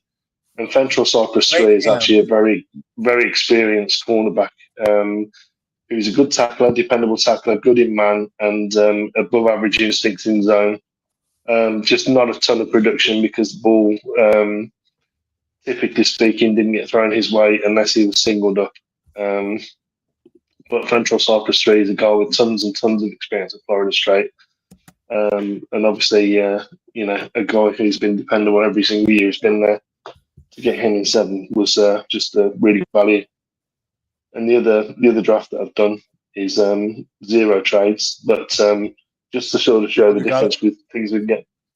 Yeah, this time, Shamar Stewart, I know a lot of people sort of look at production of 1.5 sacks. Well, to be honest, there's a lot of Shamar Stewart's tape where stunts are being run and like he's the truck, not the trailer. So he's not the guy who's designed to get free. I also saw times where he literally walked his offensive tackle into the lap of the QB. Maybe not the sacks were not there. I don't think in the A&M defense, I don't think he was set up to get a lot of sacks. And yes, finishing's one thing, but production's another. But I just think with the athlete that he is and the upside that he's got, and the fact that his base is still pretty good in terms of being a solid run defender who can give you pass rush upside, I just think he's good to have in the rotation to learn behind the guys that we've now got. Mason Taylor, you've already spoken about him. I agree with what you're saying there. He is a plus effort blocker. Very, very, very good catch radius, dependable hands. Phil Maffa is an absolute bruiser at running back. Love the way he plays. If you like Quinton Judkins, Phil Maffa. Yep.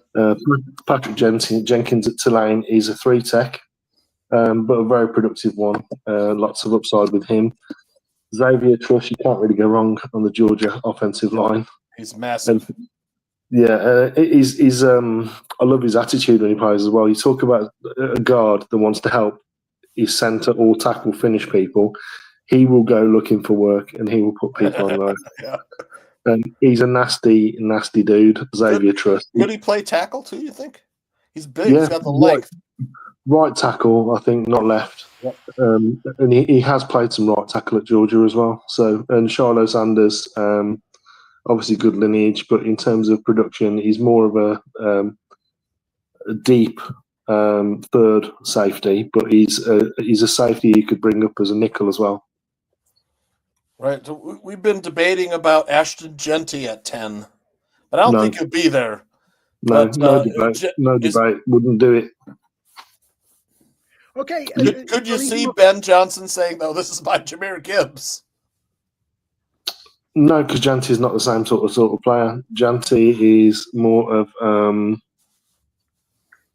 Maurice Jones-Drew type player. Excellent contact balance, decent catcher of the ball, but he's not.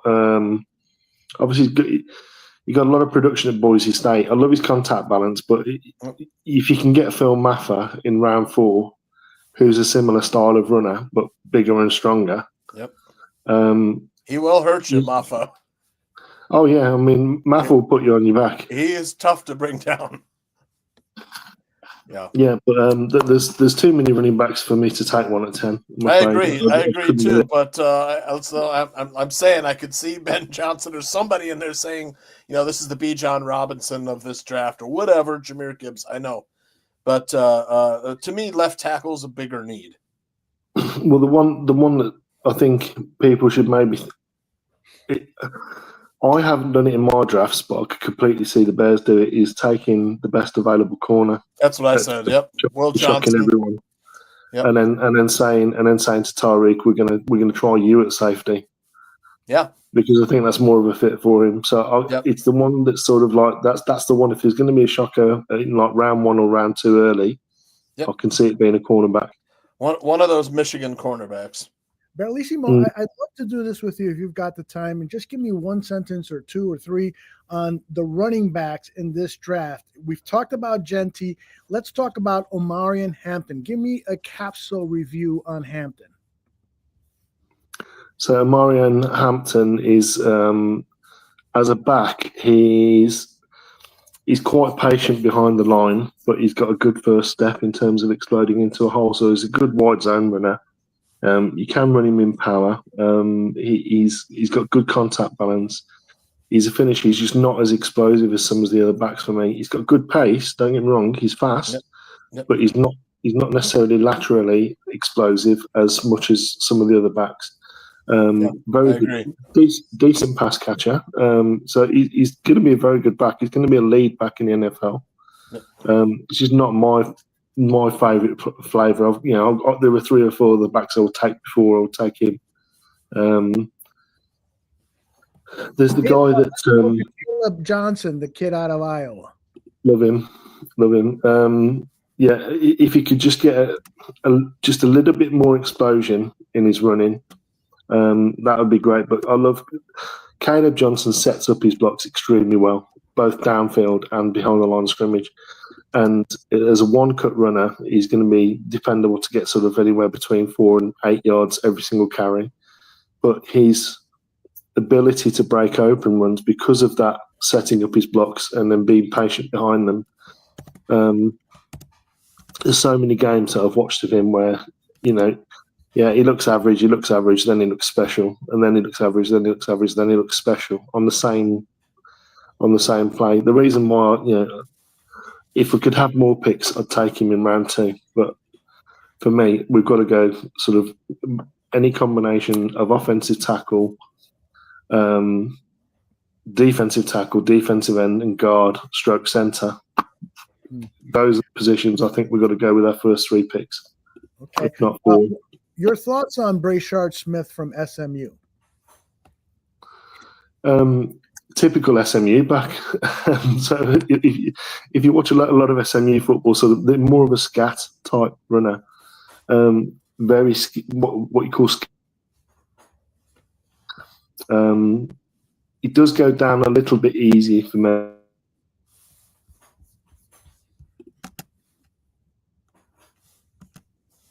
Bellissimo has frozen up there. Frozen. Yeah. There you go. You're back. He's back. Yep.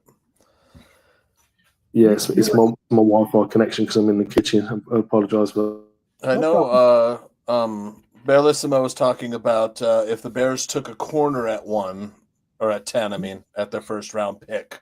So I had mocked, sort of something like this. Mm-hmm. For our audio podcast people, what are you talking about here, Tooch? So 10, number 10, like Bellissimo and I were talking about, we see them taking a corner.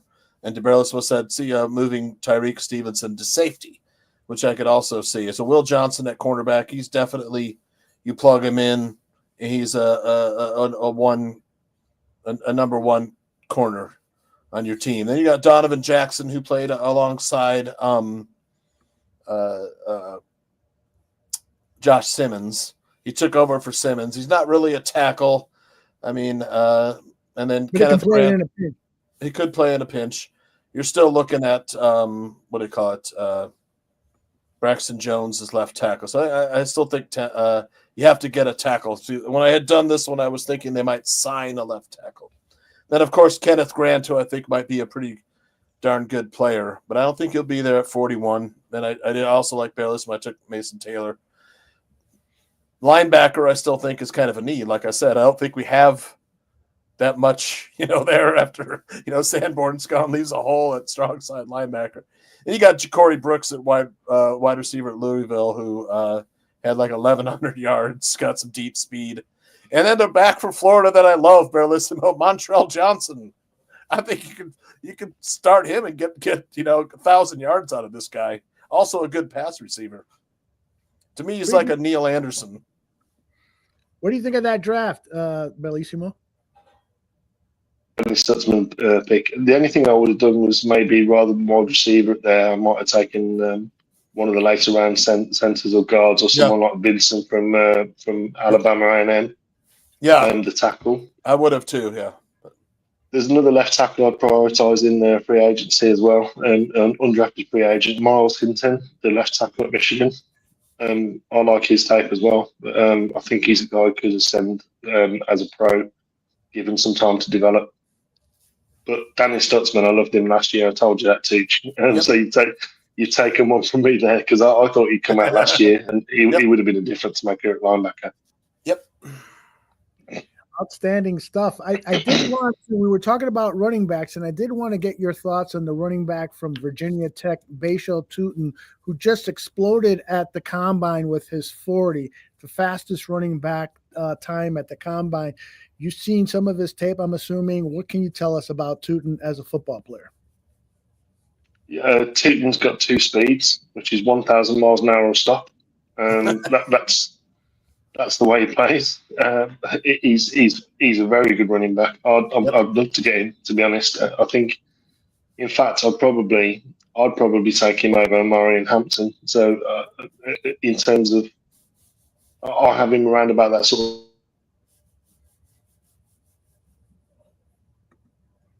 I agree with Sam, who says Tutin is more Gibbs, and I apologize to Bellissimo if I'm talking over you, but your picture is frozen. Now you're unfrozen again. Tell us about you told us about Calvin Banks, right? You'd already talked about him, right? Yeah. So Calvin Banks, what I love about his game is, yes, at times he does drop his head in contact. That's his downside, and that's when he gets off balance. But his ability to just completely nullify a bull rush inside of us. Yeah, that's what I was saying. He's better at absorbing the bull rush than Braxton. Mm-hmm. Saran Nera, who I've never seen his name here before, but he's asking how you know all this. Bellissimo studies. Yep. He loves it. Yep. He is one of those guys that who really, really puts the work in, and so he played the game. Yeah, and as well. Played right. Tell us more, Bellissimo. Why should people trust your word? Oh, that connection. Bellissimo, I'm doing my best, guys. Yeah, no, you're doing great. But I'm going to let you go. Your connection is acting up. I really appreciate you sharing your mock draft and giving us an evaluation of certain players. Can I give him ask him one real quick on the Florida running back, Montrell Johnson? Montrell Johnson is what you call a sneaky back. So you do get a lot of explosive plays from him. The only thing is his contact balance isn't the best. He's a guy who, if you give him a gap, he will make the most of it. He doesn't run with massive power, but he does run with great in terms of angle, what you call angle of attack. So he uses the most of his body. He's a guy that I think if you just get him in an NFL weight room and you get him conditioned in the way that you would want him to be done, then I think he could be a very solid complementary back. I don't think he's a lead back, but he's a guy who can absolutely gash a team. He's got better than average hands for a running back as well, so he's a guy who can actually split out as well. Yep, good hands, good speed. Bellissimo, tell people about your YouTube channel, where they can find your work. I haven't been putting out much content on my YouTube lately, to be honest, but it's the same. It's Bellissimo. What I try and do there is, rather than tell you what to think, I sort of show you what to look at, and then hopefully a bit of teaching. So what I'm seeing, I'm trying to educate people so that when they watch the game, they know what to key on, what to read, and not what to think. You think for yourself, but just what to look at, and sort of try and get your football IQ up a little bit if that's possible. Yep. And if there's some things you can teach me, then always do that in the comments. Outstanding. Bellissimo, thank you very much for joining us. And later, Georgie. God bless you and your family. Yep. Take care. Love you, brother. I'll see you in chat. All right. That is Bellissimo. Yeah, maybe we do a quick one. Aldo's the GM. I'll be the lead scout in our chat room, our area scouts. Sounds good. Let me put it up on the screen here. Right. Put it on fast though instead of slow. All right. I like that thinking. However many rounds you want to go, I don't care either. Let's just go 3. How about that? Okay. Yep. All right. So it's on fast, it's on Bears, it's on 3 rounds, and we enter it. And so the draft has started. Cameron Ward goes number 1. Let's hide the draft. Only one trade in this 3-round draft. Let's review who's been taken in the top 9 picks. Cameron Ward goes to the Titans. Will Campbell goes to the Browns. Number 2 overall. That's like Abdul Carter, number 3 to the Giants. McMillan to the Patriots. Travis Hunter falls to 5. Ashton Genty goes to the Raiders. A lot of people have been saying that. And Shadur Sanders to the Jets to back up Justin Fields or fight with Justin Fields. Will Johnson, your cornerback, went to the Panthers at 8. Mason Graham went to the Bears at 10. And let's look at who's available overall, according to Pro Football Network. Armand Membu, Shamar Stewart, Tyler Warren, Kelvin Banks, Mikael Williams, Tyler Booker, Jalen Walker, Malachi Starks, Matthew Golden, James Pierce, and Derek Harmon and Nick Amanawari. Now, let's take a look at the trade offers. Colts have called. They want to move up 4 spots, and they'll give you their 45th. I'm moving up for Kelvin Banks. You're moving up? No, they are. Okay. Yeah, that's a good thinking there, Tooch. They're moving up for Kelvin Banks. Another offer, the Broncos are offering 2 picks, including their 20th overall, and in addition, 51 and 50 or 85. The Bengals are offering their 17th, 49, and next year's second for pick number 72. Yeah, I don't want to give up my 3rd rounder, though, Yeah, exactly. So I agree with you. Let's just reject that one out of hand. And then let's go to the last offer we got. Ravens are sending 27, 59, 91, a second and a third next year. Whole draft. Yeah, because they want a number 10 and number 148. What do you think? I don't want to move back that far, to 27. I agree. We will reject that. What do you think about the Colts offer of now we would have 39, 41, and 45 if we move down 4 picks? Your thoughts? So if we accept the Colts, which is the best trade offer here of the trade offers we received, it's the best one. We're gonna miss out on Kelvin Banks, which I think is a big need. And to me, he's the top left tackle in this draft. And then you've got someone who can play the spot as good as Braxton Jones. That's the floor. So if you trade with the Colts and you lose Kelvin Banks, then you're kind of either looking for another trade or you're taking someone like James Pierce, or Michael Williams. Right. I think, Shamar Stewart, one of those guys. Armand Membu, yeah. Somebody might be trading up for Armand Membu. Somebody might be trading up for him. Yeah, I agree. I actually like him better than Banks. I think Banks will be available there at 14. Okay. So let's take that trade offer from the Colts. We will accept it. Yep. And there you go. That was the Cowboys took Banks at 12. Look at that. And but Membo is still there. Available.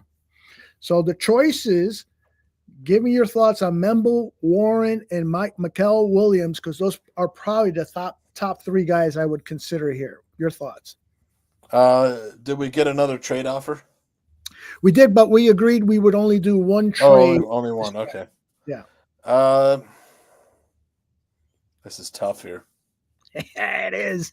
I mean, let's start with your thoughts on Membu. I love the player. I don't know.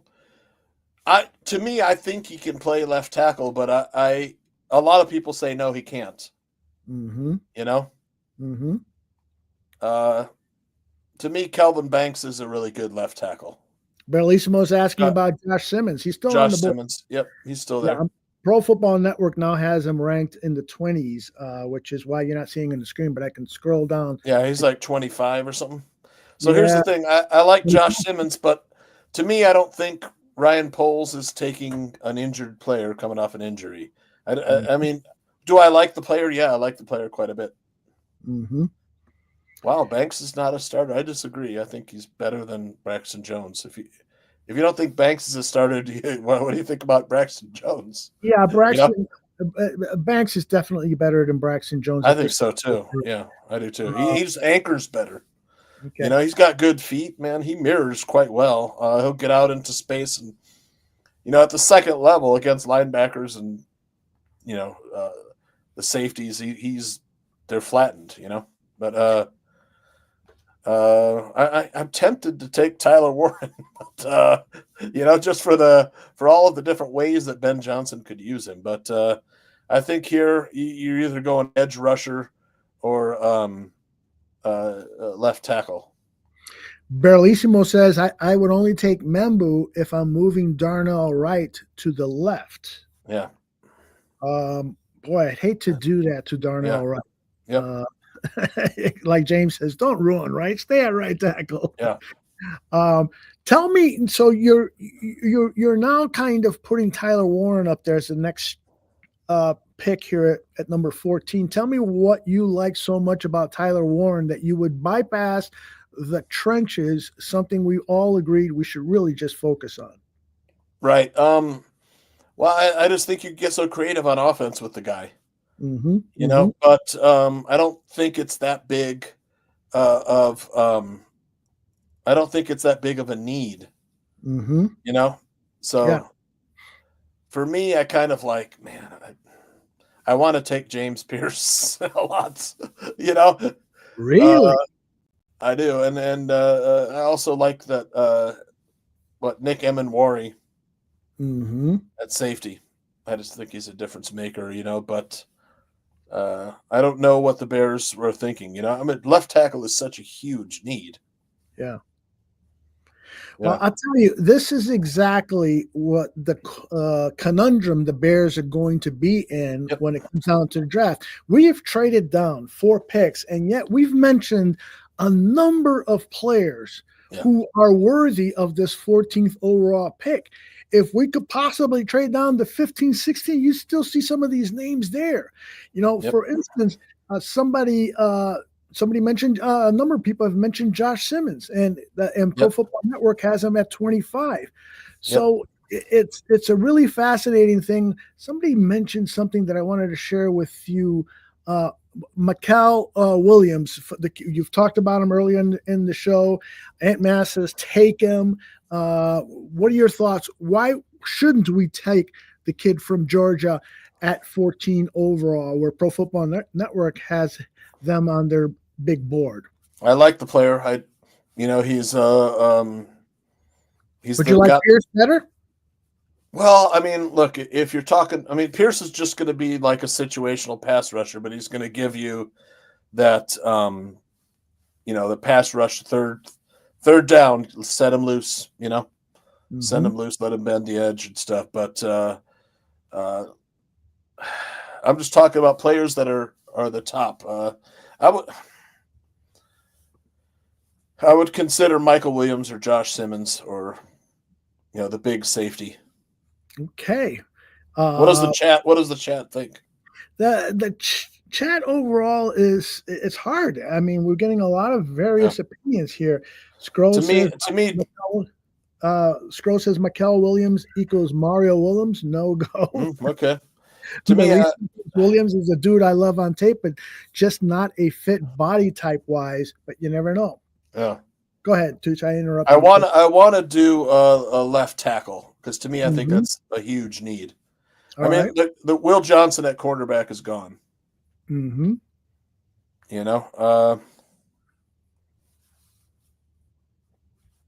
What are your thoughts? You think Well, all left right. tackle as well. I love Membu so much. I would probably, the fact that he's at 14. I do too. I know, but it's now his best positions. We have starters already, so that's the problem because I wouldn't trust him at left tackle. So based on that, now I'm thinking, well, what about this tight end? Having that toy for Ben Johnson, Tyler Warren, the best tight end in this draft, would be outstanding. And you still got, 3 picks now in the second round that you can address the trench position. So right now, I got Warren as number 1. Mikael Williams, he's not really going to contribute in a big way until his second or third season. He needs to change his body to make it an NFL body. So right now, I'm thinking Tyler Warren. Talk me out of Tyler Warren. Well, I like the player too. Because Brock Bowers kind of set that flag in the sand or whatever. Mm-hmm. And I agree 100% with Berlissimo here when he says Simmons is the guy to take unless the medicals come back in the interview with him. And the interview I think is going to be fantastic because the guy heard him at the combine. He sounded so. He studies film. Oh my gosh! Yes. So that's why I say left tackle to me is the biggest need because I don't like Braxton Jones. Mm-hmm. So I probably go with Josh Simmons. All right, so let's just this is all pretend, of course. Let's say the medicals come back and the doctor says, "Don't worry about this knee; it's coming along fine." He'll be available to start at the top of the season. Then I'm drafting Josh Simmons. You go with that? Yeah. All right, there we go, J2K. I hope you're happy. All right, so we're not doing any more trades. So at the number 39 pick, we've got Derek Harmon, the defensive tackle. Yep. We got the other tackle out of Ohio State, Tyleik Williams. Both are good players. Yep. We got the guy that you talked about fondly, Donovan Jackson, the guard. We got another tight end. We're not going to consider that. Ariante Ursi, another tackle out of Minnesota. Cameron Williams, another tackle out of Texas. We're not going to consider Jackson Dart, right? No. Okay, thank you. Josh Connerly, we've talked about him. Now, here is a fascinating name. Yeah. Carson Schlesinger, the linebacker out of UCLA. This guy is a bona fide player. I thought about it. He doesn't have a lot of experience playing football, but he's an athlete that I forget those guys that were similar to him that people have drafted. I think he's just a little bit a more energetic Jack Sanborn. And part of what makes Carson so intriguing is that he does anticipate plays really, really well. And he makes an impact behind the line of scrimmage, which is something the Bears linebacker crew doesn't do much of. And Carson can come in here. But the other guy that's intriguing here, Tooch, is Jonah Savainia.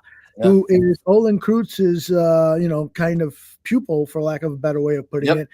And I'd love to have that, I guess it's Polynesian approach to football. Jonah just loves to knock people on their ass. But people are asking, can we see the running backs and can we see the edge players? So let's do that for them. Let's start with the running backs. We got Caleb Johnson, who Berlissimo loves. You got Judkins and Henderson out of Ohio State. And then after that, in my opinion, there's a drop-off to more third-round quality guys like Giddens, Scadaboo, Tootin, the speedster. Any names there? I'm sure you're going to love Caleb Johnson. I love the player. Yep. So let's take a look at the edge players. Last season. Edge. Derek Harmon's intriguing, man. Yes, he is. He's going to be fourth. Though, he's insurance if Andrew Billings isn't coming back, because Tyleik Williams is also a big defensive lineman too. And you're asking for more trenches. They still have that Jonathan Ford, who's a big defensive tackle. He's like 6'5", 330. Walker out of another big player. is another big guy. Reminds me a lot of Billings himself. And then here are the edge players that people have asked for. Landon Jackson, who Berlissimi talked about. A lot of people in the chat don't like the fact that he doesn't have that bend like some edge players do. JT Tiumualua from Ohio State and Princely. Yeah. You try. Your mama. Princely, your mama. Yeah, I like Tyleik Williams too, like Bellissimo. Okay. He is a beast. You can't get Kenneth Grant. He's kind of, the next big thing. But interesting. I love Tyleik Williams, says Tooch and Bellissimo. I do too. Right. Man, that's trenches. Yeah, I like guys in trenches. So would you prefer Tyleik Williams or this edge player, Landon Jackson, with this number 39 pick? There are also Princely sitting there too. And Princely, correct. Now, Princely will probably be available at 41, maybe even 45. Yep. I don't know. This is a tough one.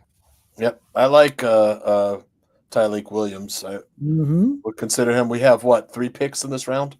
We have 3 picks, 39, 41, and 45, and then the last pick will be number 72. Right. I think I'd probably go with Tyleik Williams there. All right, let's pull him or Harmon. Yeah, I like Williams better though. I mean, you want to talk about beef there. He's going to be your biggest defensive lineman there. One of them. 6'2", 340 pounds. Yeah, he is going to be a big guy there. All right, let's draft Tyleik. You want run defense. That's it right there. Exactly. No soft spot in this defensive line now.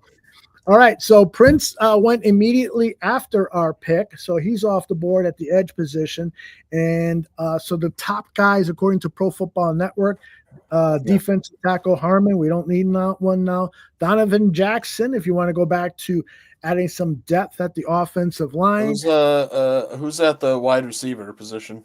Okay, let's take a look at the wide receiver position. Isaiah Bond, the fastest guy, one of the fastest receivers available. Alec Ayomanor, I would like to Berlissimo, J2K. Anyone else's thoughts on this player? I know Danny Shimon brought him up and thought that he was an interesting prospect. Second round might be a little early, but I see him going here a lot.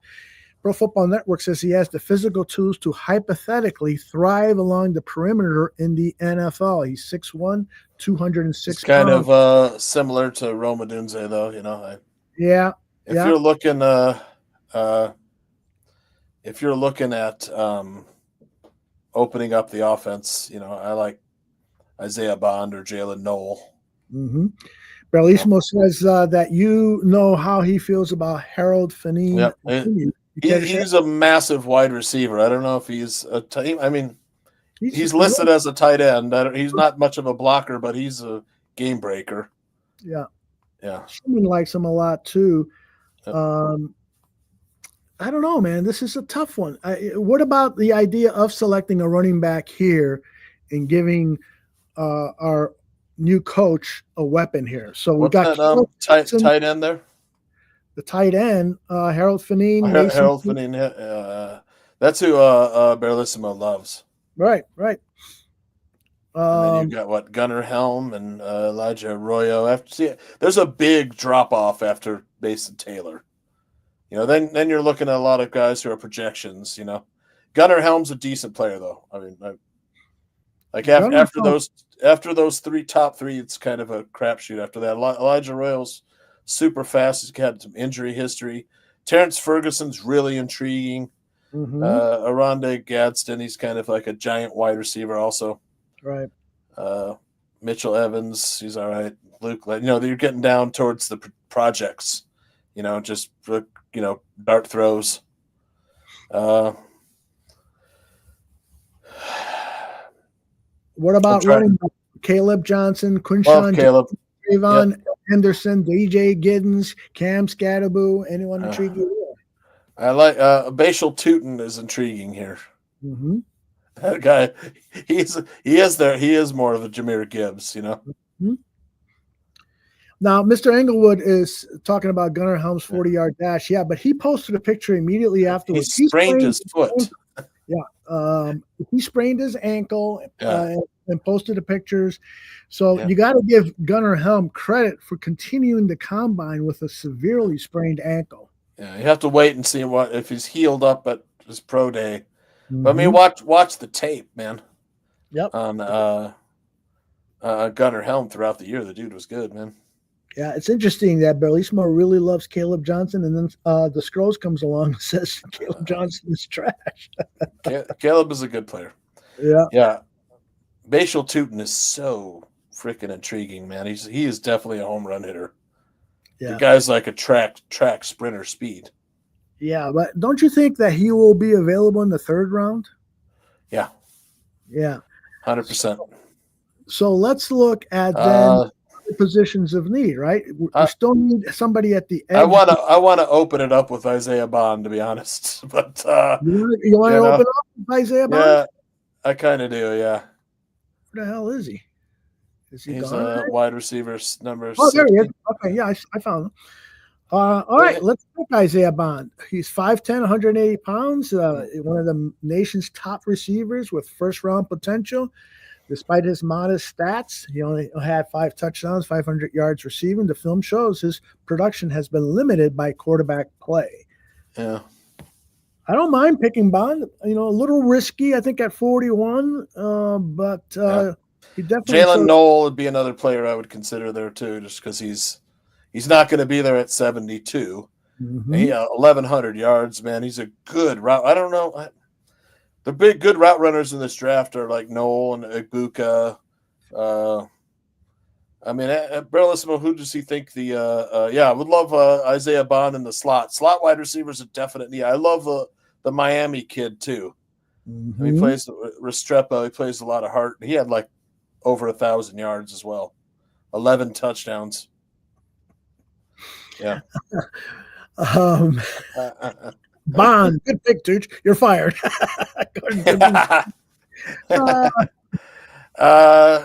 Shit. I'm also intrigued by Harold Fannin too. But I mean that if you're talking about opening it up too, I mean he's going to slot into that Keenan Allen spot. Yeah. A lot of people have described Fannin as a U-back. He can play out of the backfield.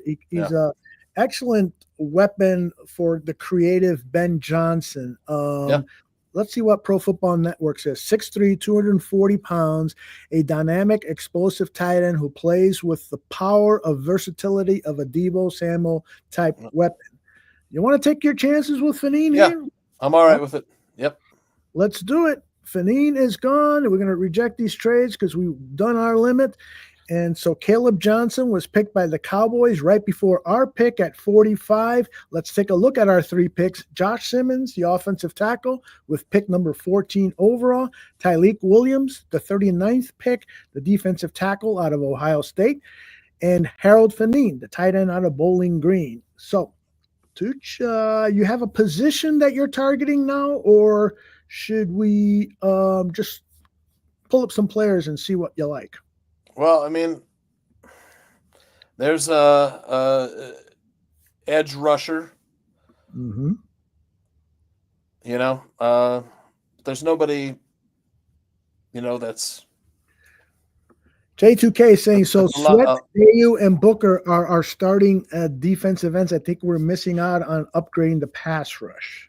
I liked James Pierce, but people were like, no, he's not a scheme fit. I'm like, look, you want a pass rush and get off the field on third down, you let him loose. Mm-hmm. But who are the pass rushers that are there? All right, let's take a look at the edge rushers on defense, and they are Landon Jackson out of Arkansas, Braden Swinson out of LSU, Kyle Kennard, small, speedy edge guy out of South Carolina. I think there's a big drop-off after Swinson. Oh, yeah. I'm not ready for Kennard to contribute. Swinson's decent. Yeah. A lot of people love this Jordan Birch out of Oregon. I still haven't watched. I do too. I like him too. And then I heard Field Yates. He's bigger. He's a bigger guy. Yeah. He is the bigger guy. He had like 8 or 9 sacks last year. 6'4", 280 pounds, dynamic defensive lineman, according to Pro Football Network. Ashton Gillette is somebody that Field Yates loves a lot. 6'2", 265 pounds. He's a disruptor with a high motor edge, a combination of speed, power, and technique. I like what Field Yates said about him and some of the highlights that they showed. So I love somebody who really puts the work in to study him to offer an opinion on Jordan Birch, or excuse me, on Gillette. I think it's pronounced differently. I think it's pronounced Ashton Gillott. Gillott. Yeah. Gillott or something like that. Yeah. Yeah, I'm all right with Take. He's got some pass rush juice, man. Mm-hmm. Ryan Billings. Not Gillott, huh? Doesn't like him, huh? Not James Weston, and Ryan Billings says Jack Sawyer is the guy. What are you guys doing? Jack Sawyer. He's all right. He's all right. I don't want an all right. I want a superstar here. I want to win the draft. Yeah, there's not a lot, at this point, as far as pass rush. All of the guys on the board here: Derek Harmon, Donovan Jackson. A defensive tackle and an offensive guard. Ariante Irsay. Greg Gabriel says he's too stiff. He doesn't bend at the knees, and his famous line is, "He's like a virgin." A guy on his wedding night. Barillissimo hates him. Than a dick. Barillissimo hates him. Cameron Williams, the offensive tackle out of Cam Williams. He's more of a right tackle. Out of Texas. More of a right tackle. Connerly. Again, there's that linebacker, Carson Swessinger. The Olin Kreutz clone, Jonas Savania, and Wyatt Millen. Well, if any of those guards get injured, you had Savania to plug in there. You know what? I like that thinking there. Developmental player. He could be or but also Landon Jackson. I know a lot of people don't like him, but we have not addressed the edge position. I don't know, man. My player is Jalen Knoll. Jalen Knoll, the wide receiver, the speed slot wide receiver. 5'10", 194 pounds with 1,000 yards and 6 touchdowns this season. Knoll's explosive release and stride make him a tough-to-defend player, while his improving route running adds to his game. He can push for a day, too. I don't know if he's there at 72. He probably will not be, but you know what? I was thinking 72, I go with Bashal Tootin. All right, well, let's take Jalen Knoll at 45, and now we speed to number 72, and we're going to reject these trades. And just for our audio podcast people, we'll let them know that we've got Josh Simmons as our new left tackle, Tyleek Williams to add to the defensive tackle position, Harold Fanine to work with Cole Kmet from the tight end position, and we got one of the fastest receivers and good route runner or improving route runner, Jalen Knoll out of Iowa State. We are now picking our final pick in this drop. Oh, look at who's there. Jack Beck. We were talking. Yeah. Wow, Derek Harmon is still on the board. Wild. There's no way he'll still be there. Yeah, I agree. The running backs who are still there at 72. Look at this. Trayvon Henderson, DJ Giddens, Cam Scadaboo, and then your guy. There he is. I grab him now. You grab him now. All right. And there it is, ladies and gentlemen. That is the Tooch's mock draft to review. With help from the chat room. With a lot of help from the chat room. I mean, those last 3 picks, we did trenches twice. Mm-hmm. We the last 3 picks are weapons for Ben Johnson and Caleb Williams. Mm-hmm. Because I mean, look, there aren't a lot of weapons in this draft.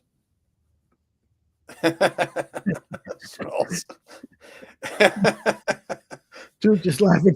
You can't see me, but I'm flipping him the bird. Go for it. All right, Barillissimo will say I liked Jordan Howard in the draft when the Bears drafted him in the 5th round. Right. And I was like, yeah, they got my guy. And he was good for a while, man. It was like they got some miles out of him. Then Matt Nagy was like, sold him out, you know. D. Starren is giving you a C minus. I'm talking about at the top of the draft. There's not the weapons like at the top. They're not a wide receiver at the top of the draft that's like a blue chip player. That's why I like Tootin and Noel. If you want speed, you want to add speed to the offense of the Bears. You draft those two guys and Harold Finn, and you know those three guys are adding a lot of speed to your wow, he doesn't like Bashal Tootin. Kevin White. Yeah. Kevin White was terrible, bro. Dr. Truth does not like Tootin. Yeah. Well, you know, it's because the tape on Tootin is not. He likes Isaiah Bond better. Either one was fine, but people were knocking me on Bond too. Yeah, I liked either of them, but I think GM. I think Noel's a good route runner. Mm-hmm. But yeah, Bond has elite speed. Yeah. Yes, he does. Yep. And great hands, according to Bellissimo. Yep, he does. He does got great hands. He'd track a deep ball too. Yep. I love guys. Either one of those guys would have been fine. Ball. Yep. Either one of those guys would have been. Well, what is that guy's name that they like? Bellissimo and Greg Gabriel, and they like Elijah Badger. That guy only dropped 2 passes his whole college career. Mm-hmm. You know, the elite hands, like 1,600 pass chances. Is that right? Wow. Okay. Pretty good stuff. That was fun. The mock draft. We'll be doing some more of those tomorrow. I'm going to be here with Danny Shimon. We're going to review what's happened in free agency and how it could potentially impact this upcoming draft. So that's at 9 p.m. Central. You got a weekend sports betting tips on Friday? Yeah, we are not Friday. I think it'll be. Is it Wednesday? On the eve of the tournament. Okay. We're doing a March Madness or NCAA tournament show. So next Wednesday. He being Tooch is how have you done lately with your picks? Are you on a streak? I was on the hottest streak of my life where I was like 27-4, and then now I'm ice cold. Ice cold. That's how it happens. So I when I'm ice cold, I took a break. Mm-hmm. No, nothing until after these games. That's how it should. Maybe Saturday. I'll take a look at some games. Yep. That's exactly how it should be done. All right, let's see. Do I have anything else here I want to shout out? Yeah, it's hard with only 3. We only did 3 rounds. Yeah, you know. So I was like, I could have, if we would have gone 7, I might have done some things differently. But yeah, I mean, so you're saying that you would have made some different picks than the picks you made if we? Yeah, because I was trying to fill too many holes in the short 3 rounds that we had. You know. Yeah, but day 3 acquisitions aren't going to be any better. There's some guys I like back there, though. Yeah. You know. And maybe we could have gotten Tootin later, you know. Mm-hmm. All details on the contract that Drew Dalman has signed with the Bears, or will be signing tomorrow, are out according to Bellissimo. A $42 million base, 28 of that is guaranteed, a $6 million signing bonus, and $11 million guaranteed for injury, 9.5 guaranteed for skill. I'm not sure what skill means. Cap at signing, $1.5 million more guaranteed if he's on the roster the 3rd day of the 2026 season. This isn't a bad deal, and I'm sure he's happy. Was there word that he left more money on the table, but he really wanted to play for Ben and the Bears? Yep. The Bears. That's a good truth. Really? Yep. Look at what Bellissimo puts up. In contrast, the Packers really blew it. They paid 3 years, $77 million. Is that Aaron Banks signed with the Packers? Yes, he did. Oh, okay. I thought it was someone else. Terrible signing. I mean, they have never had any brains for how to handle free agency because they're so dedicated to their draft and develop program. Yes, Bellissimo. Holy overpay, Batman. Will Fries also got overpaid. Indeed. I think we did we did a good job in free agency. I just wonder. Definitely Joe Tooney is a player. Yes. Drew Dahlman is a good player.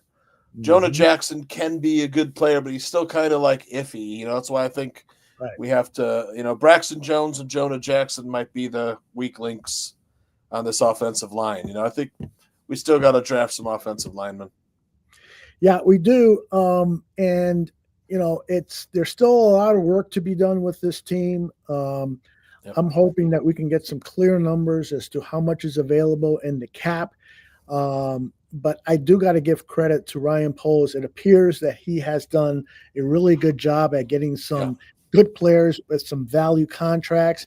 It'll be interesting to see if he can indeed sign Tooney to a contract extension and Kyler Gordon. I don't think there's anybody that disagrees with the fact that we need to. I'm with you, Flex.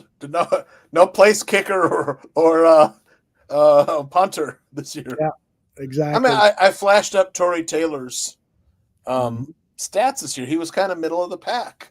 Right. It was kind of an arrogant luxury pick. I think you called it last week, didn't you, or something like that, Aldo? Yeah, exactly. Didn't you say it was like a luxury pick or arrogant pick or something?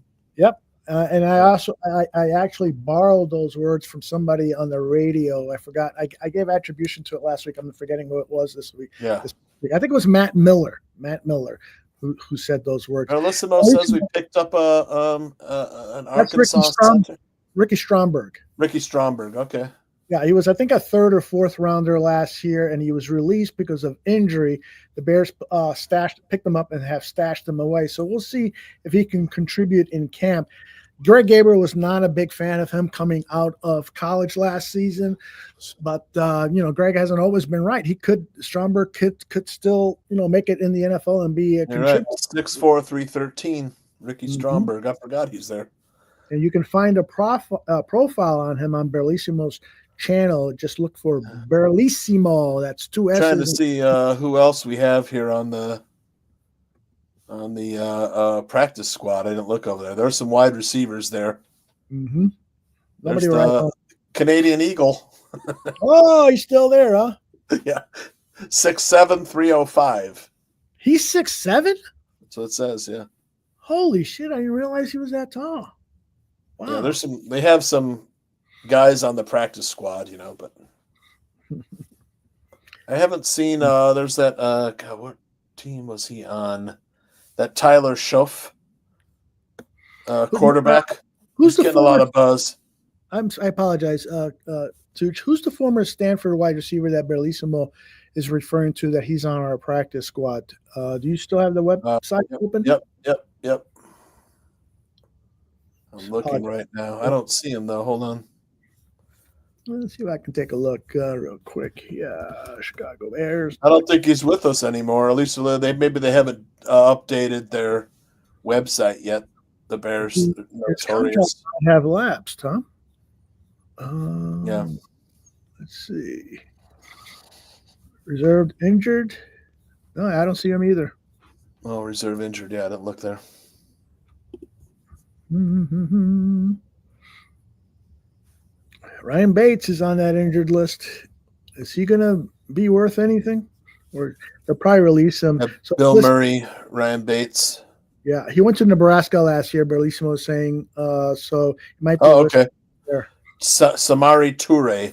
Oh, he was with the Green Bay Packers. He was drafted or signed as an undrafted free agent by the Packers. Yeah, 3 years out of Nebraska, 6'1", 193. Mm-hmm. 26 years old, 3 years of experience. Wearing number 83 on the Bears. Okay. He's an interesting guy. I hope he will be healthy and in camp, potentially winning a spot, because I like him coming to college. What was that other guy that kind of played really good in the preseason? Colin Johnson, is that his name? Colin Johnson, the big, excellent special teams guy. Remember, he blocked a punt. 6'6", 222 out of Texas. Yep. And in a pinch, he can give you some big catches. James says, I'm just glad we have coaches. Yes, James. Yeah, amen. But I am not sure we have a better drafter than the Tooch. You know, I don't know about that. But yes, Colin is still around. He is on the roster. I should have gone with my first impulse as Isaiah Bond, but oh, look at that. Next week, I'm going to be in control. We'll pretend that it was Isaiah Bond. There you go. Because I might have drafted him a million times too. Yeah. Okay. But I thought we added like 3 really good weapons, man, for the offense. Without a doubt. Yeah. Without a doubt. So that is so true. Good players. I think this draft, you know, there's just a lot of things you can do in round 2 and 3 that can help move the needle for most teams, and probably all teams in the NFL. It's going to be an interesting draft. Yeah. So Tooch is going to be back here tomorrow night. Week from tomorrow. Wednesday. Oh, a week from tomorrow. Sunday, Selection Sunday. Okay. So the brackets will be announced on Sunday, about 2 o'clock. Excellent. Sunday afternoon. All right, so watch for that. The best way to stay on top of stuff is to subscribe to the channel, and we'll have this young lady tell you how to do that. Okay, guys and girls, if you like what you see, give us a like, press the bell, and subscribe. Thank you, sweetie pies. That AI, that chick? I don't know. Could be, huh? Maybe. But I'll tell you what, she gives me a boner. Right. So, are you watching anything recently, Aldo? Anything? Yes, let's talk about that before we pull the plug. Like I told you, watch Reacher. Yes, season 3 of Jack Reacher. Yep, watched recommended. 2.5 episodes before I took a nap. Really love it. Really love it. You know, what is the name of that actor who plays Jack Reacher on the Amazon? Amazon. Yeah, right? Alan Richson. Yeah, where the hell this guy He's comes really from? good, man. He was on American Idol one year too. Is that right? Yeah, singing and playing guitar. Yeah, he's talented. Wow. Yeah, wow. Yep. Yeah, so I highly he's funny too, man. It's so deadpan. Yes. Really, really good. Sometimes he's just like a killer. He just kills people, he just wastes people. You know? I love it. And the woman who is on this season, I'm looking for her name. She's British. She's playing in Boston. Yeah. No, not Serinda. Sonia something. Is it Sonia? Sophie?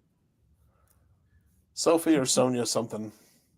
Let's see here. Because I want to give her kind of cute too. She's a little like that. What's that girl's name that was in the fried green tomatoes movie? What's her name? She was on the pot grower movie too. Was it Weeds? Oh yeah, she was in What's her name? Left Wing too. Yeah. Yeah, I don't know her name. I can't remember her name. We're too old. You're too old for it. I can't remember. I know.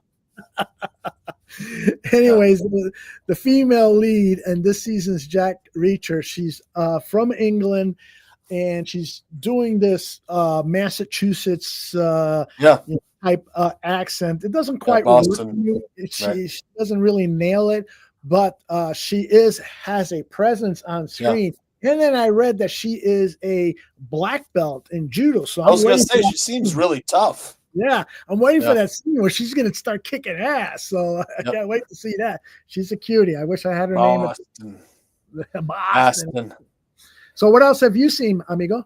I was watching The Pit on HBO, which is like hospital drama. It's pretty good, man. Yeah. Noah Wiley, and it moves real fast as they're like emergency room and all these situations and stuff. It's enjoyable. I don't know if it's like over the top great though, you know. But it's pretty good. Yep. Ronaldo wants to know where's Dan Aguirre. Dan Aguirre will join us occasionally. He's got a work issue. Challenge.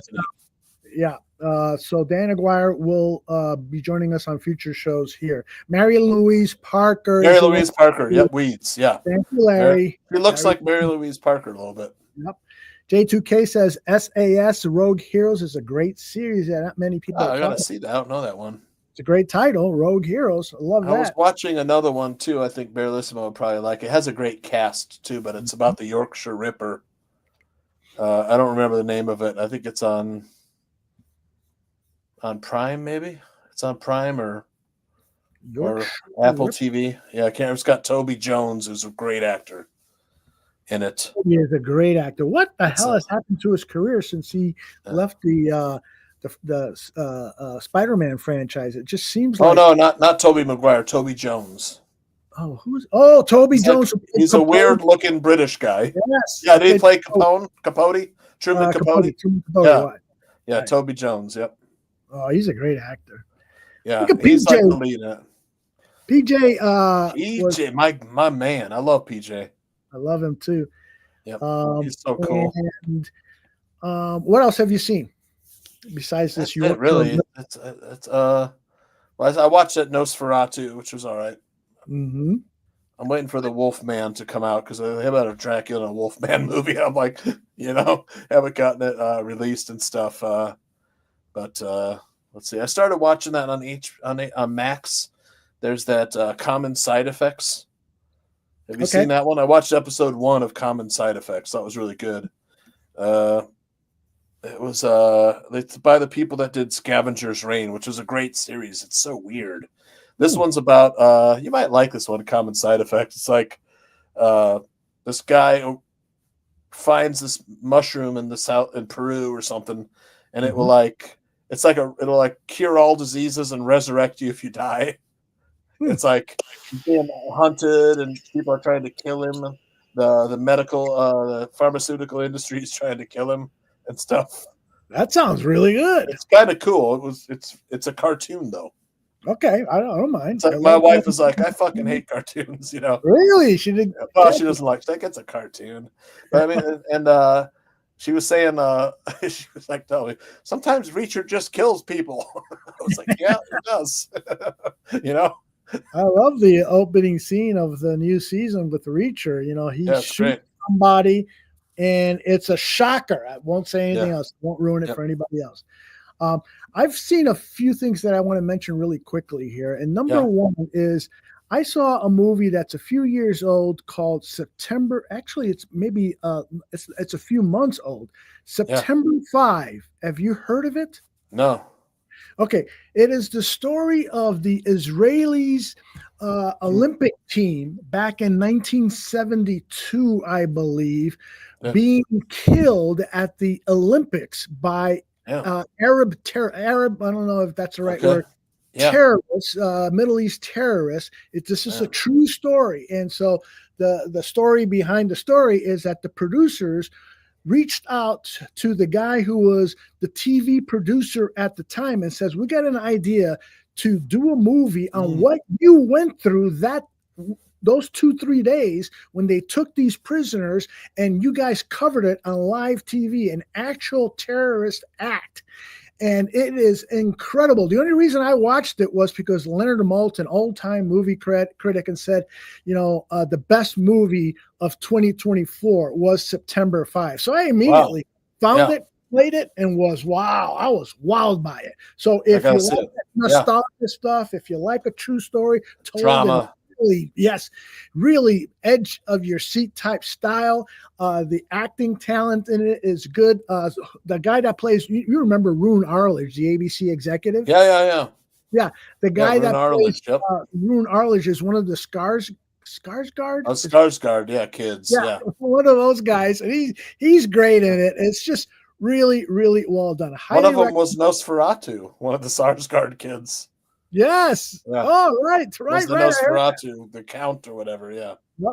Yeah. PJ, I want to definitely see Daredevil. I watched the first episode. That was pretty good. Yeah. Excellent. All right. I love that Strange Darling too. Aldo, if the chat did you see it? Yeah, it was great. Isn't that awesome? Really excellent. We're very well done too. Yes. The acting, Willa Fitzgerald was freaking awesome in that movie. She was so good. Willa Fitzgerald. Actress. Oh. She was in season 1 of Jack Reacher. She played the sheriff. Did she? Okay. I didn't know that. Yeah, I guess I remember now. She looks so different in this one. She looks different in everything that she's done. Yeah. She's one of those actors that transforms her how she looks to fit the role. It's impossible to know her. She's going to be a star. Yeah, I think so too. She's 30 years old, so this is her time. I expect great things. Everybody, Strange Darling, if you like action, it's on Paramount Plus. Yes, Showtime is where I have Showtime. Okay. Yep. Yeah. All right, I got another one for you. It is Emilia Perez. Everybody hates this movie. Is that the name of the movie? It won the Golden Globe for Best Comedy / Musical. And it was nominated as one of the 9 nominated pictures for the Oscars. People have railed against it for this reason, that reason, this reason. But I am here to tell you that if you like a movie to experiment with mixed genres, this is the story. I'll tell you quickly the plot line. A notorious drug cartel person wants to change his sexual identity because despite that he is married and has 2 kids, he's always wanted to be a woman. Wow. Plus, he is under so much investigation by the feds, it will only help him. The only problem with the movie is that, when he's talking about this stuff, he starts singing. What's the name of the movie again? It's called Emilia Perez. Emilia Perez. Okay. Selena Gomez is in it. You know Selena Gomez, right? Yeah. Uh-huh. Yeah, she was criticized because their Spanish is really fucked up, which I bought because there's a lot of Hispanics like me. My Spanish is fucked up. I've been in the United States my entire life, just like Selena Gomez. But give it the 10-minute test. If you can get past the first 10 minutes, check it out. I think you might like. I did see one more. I forgot because I saw that Den of Thieves 2 is coming out. Yeah. And I was like, oh, I saw Den of Thieves. So I started watching. I was like, I haven't seen this. But it was pretty good. Gerard Butler and Ice Cube's son, O'Shea Jackson. Really good heist movie. Do you know this movie, Den of Thieves? I have heard of the title, but I don't. It's good, really good, man. Really good. If you like those kind of like bank robbery, armored car robbery type heist movies, and then the cops who are chasing them, it's kind of like Heat, along there. And what's the other one? Wrath of Man. They're all good quality. Yeah. Vizzo saw Emilia Perez. He says he couldn't stand the same. I get it. So a lot of people aren't going to like it. I was turned off by Muck saw 2 already.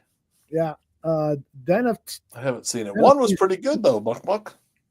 Did you like Did you like the first one? I think he said it earlier. Okay. Another one. All right, I got one for you before you go with your next one. Trial by Fire. Heard of it? No. All right. Here's the premise. Guy in rural America allegedly sets his house on fire with his 2 kids inside. No. So the premise of the movie, which is based on a true story, is did he really do that, or did the police botch the investigation and didn't really fucking care because this guy did have a history, a criminal history, and of beating his wife and so forth. So they found enough evidence, and then they threw him in the hoosh cow. And so a woman played by Laura Dern reads about his case and sets about trying to free him. Excellent movie. Wow. It's about 5-6 years. Trial by Fire. Trial by Fire. Really, really, really good. All right. What else you got, brother? That's it. I haven't seen anything else. All right. Well, get to work, man. Big part of our show. Yep, I know. Yep. All right. I think this is a good time. Good place to wrap it up. Yeah. 2 hours and 45 minutes is definitely enough of me. I know you guys can take Tooch for 3 more hours, but he's got to work tomorrow. Yeah. And the second one was bad. PJ has seen it. He didn't like Den of Thieves. Second one was bad, huh? Okay. The first one. And tell the chat room, don't be heartbroken. We got it. It's been a great off season so far. It has. We got more hope, and this is really fact-based hope. We got good players in the trenches and still acquiring more. I love the fact that it was all trenches. It only took him 4 years to figure it out, though, Aldo. Oh, that's why I say I've been down on Ryan Post, but I do think that a lot of times it's the GM/coach, that partnership that can make a coach better and can make a GM better. And hopefully we have that here in Chicago. With, I think so. Poles and Johnson. So excellent. I think so too. Yep. Tooch, you the man. I really enjoyed doing the show with That's you. Fun. And thank you, Bellissimo, for joining us as well. And I'll be back here tomorrow with Danny Shimon, 9 p.m. Central. I might be here Sunday with Barfly Tailgate. Oh, awesome. I don't know yet. But free That's agency show. Yep. Best way to stay on top of stuff is just subscribe to their channel. You'll get a notice. Yep. Danny Shimon tomorrow night? Tomorrow night, 9 p.m. I would love for him to break down some running backs. Send me the list. All right. Okay. And I bet he's already started on that because he's seen the need come around now with all of these acquisitions the past few days. All right. For Tooch, I'm Aldo. God bless everybody. Take care. Later, everybody. Good night. And if the dam breaks open many years too soon, and if there is no room upon the hill, and if your head explodes with dark forebodings too, I'll see you on the dark side.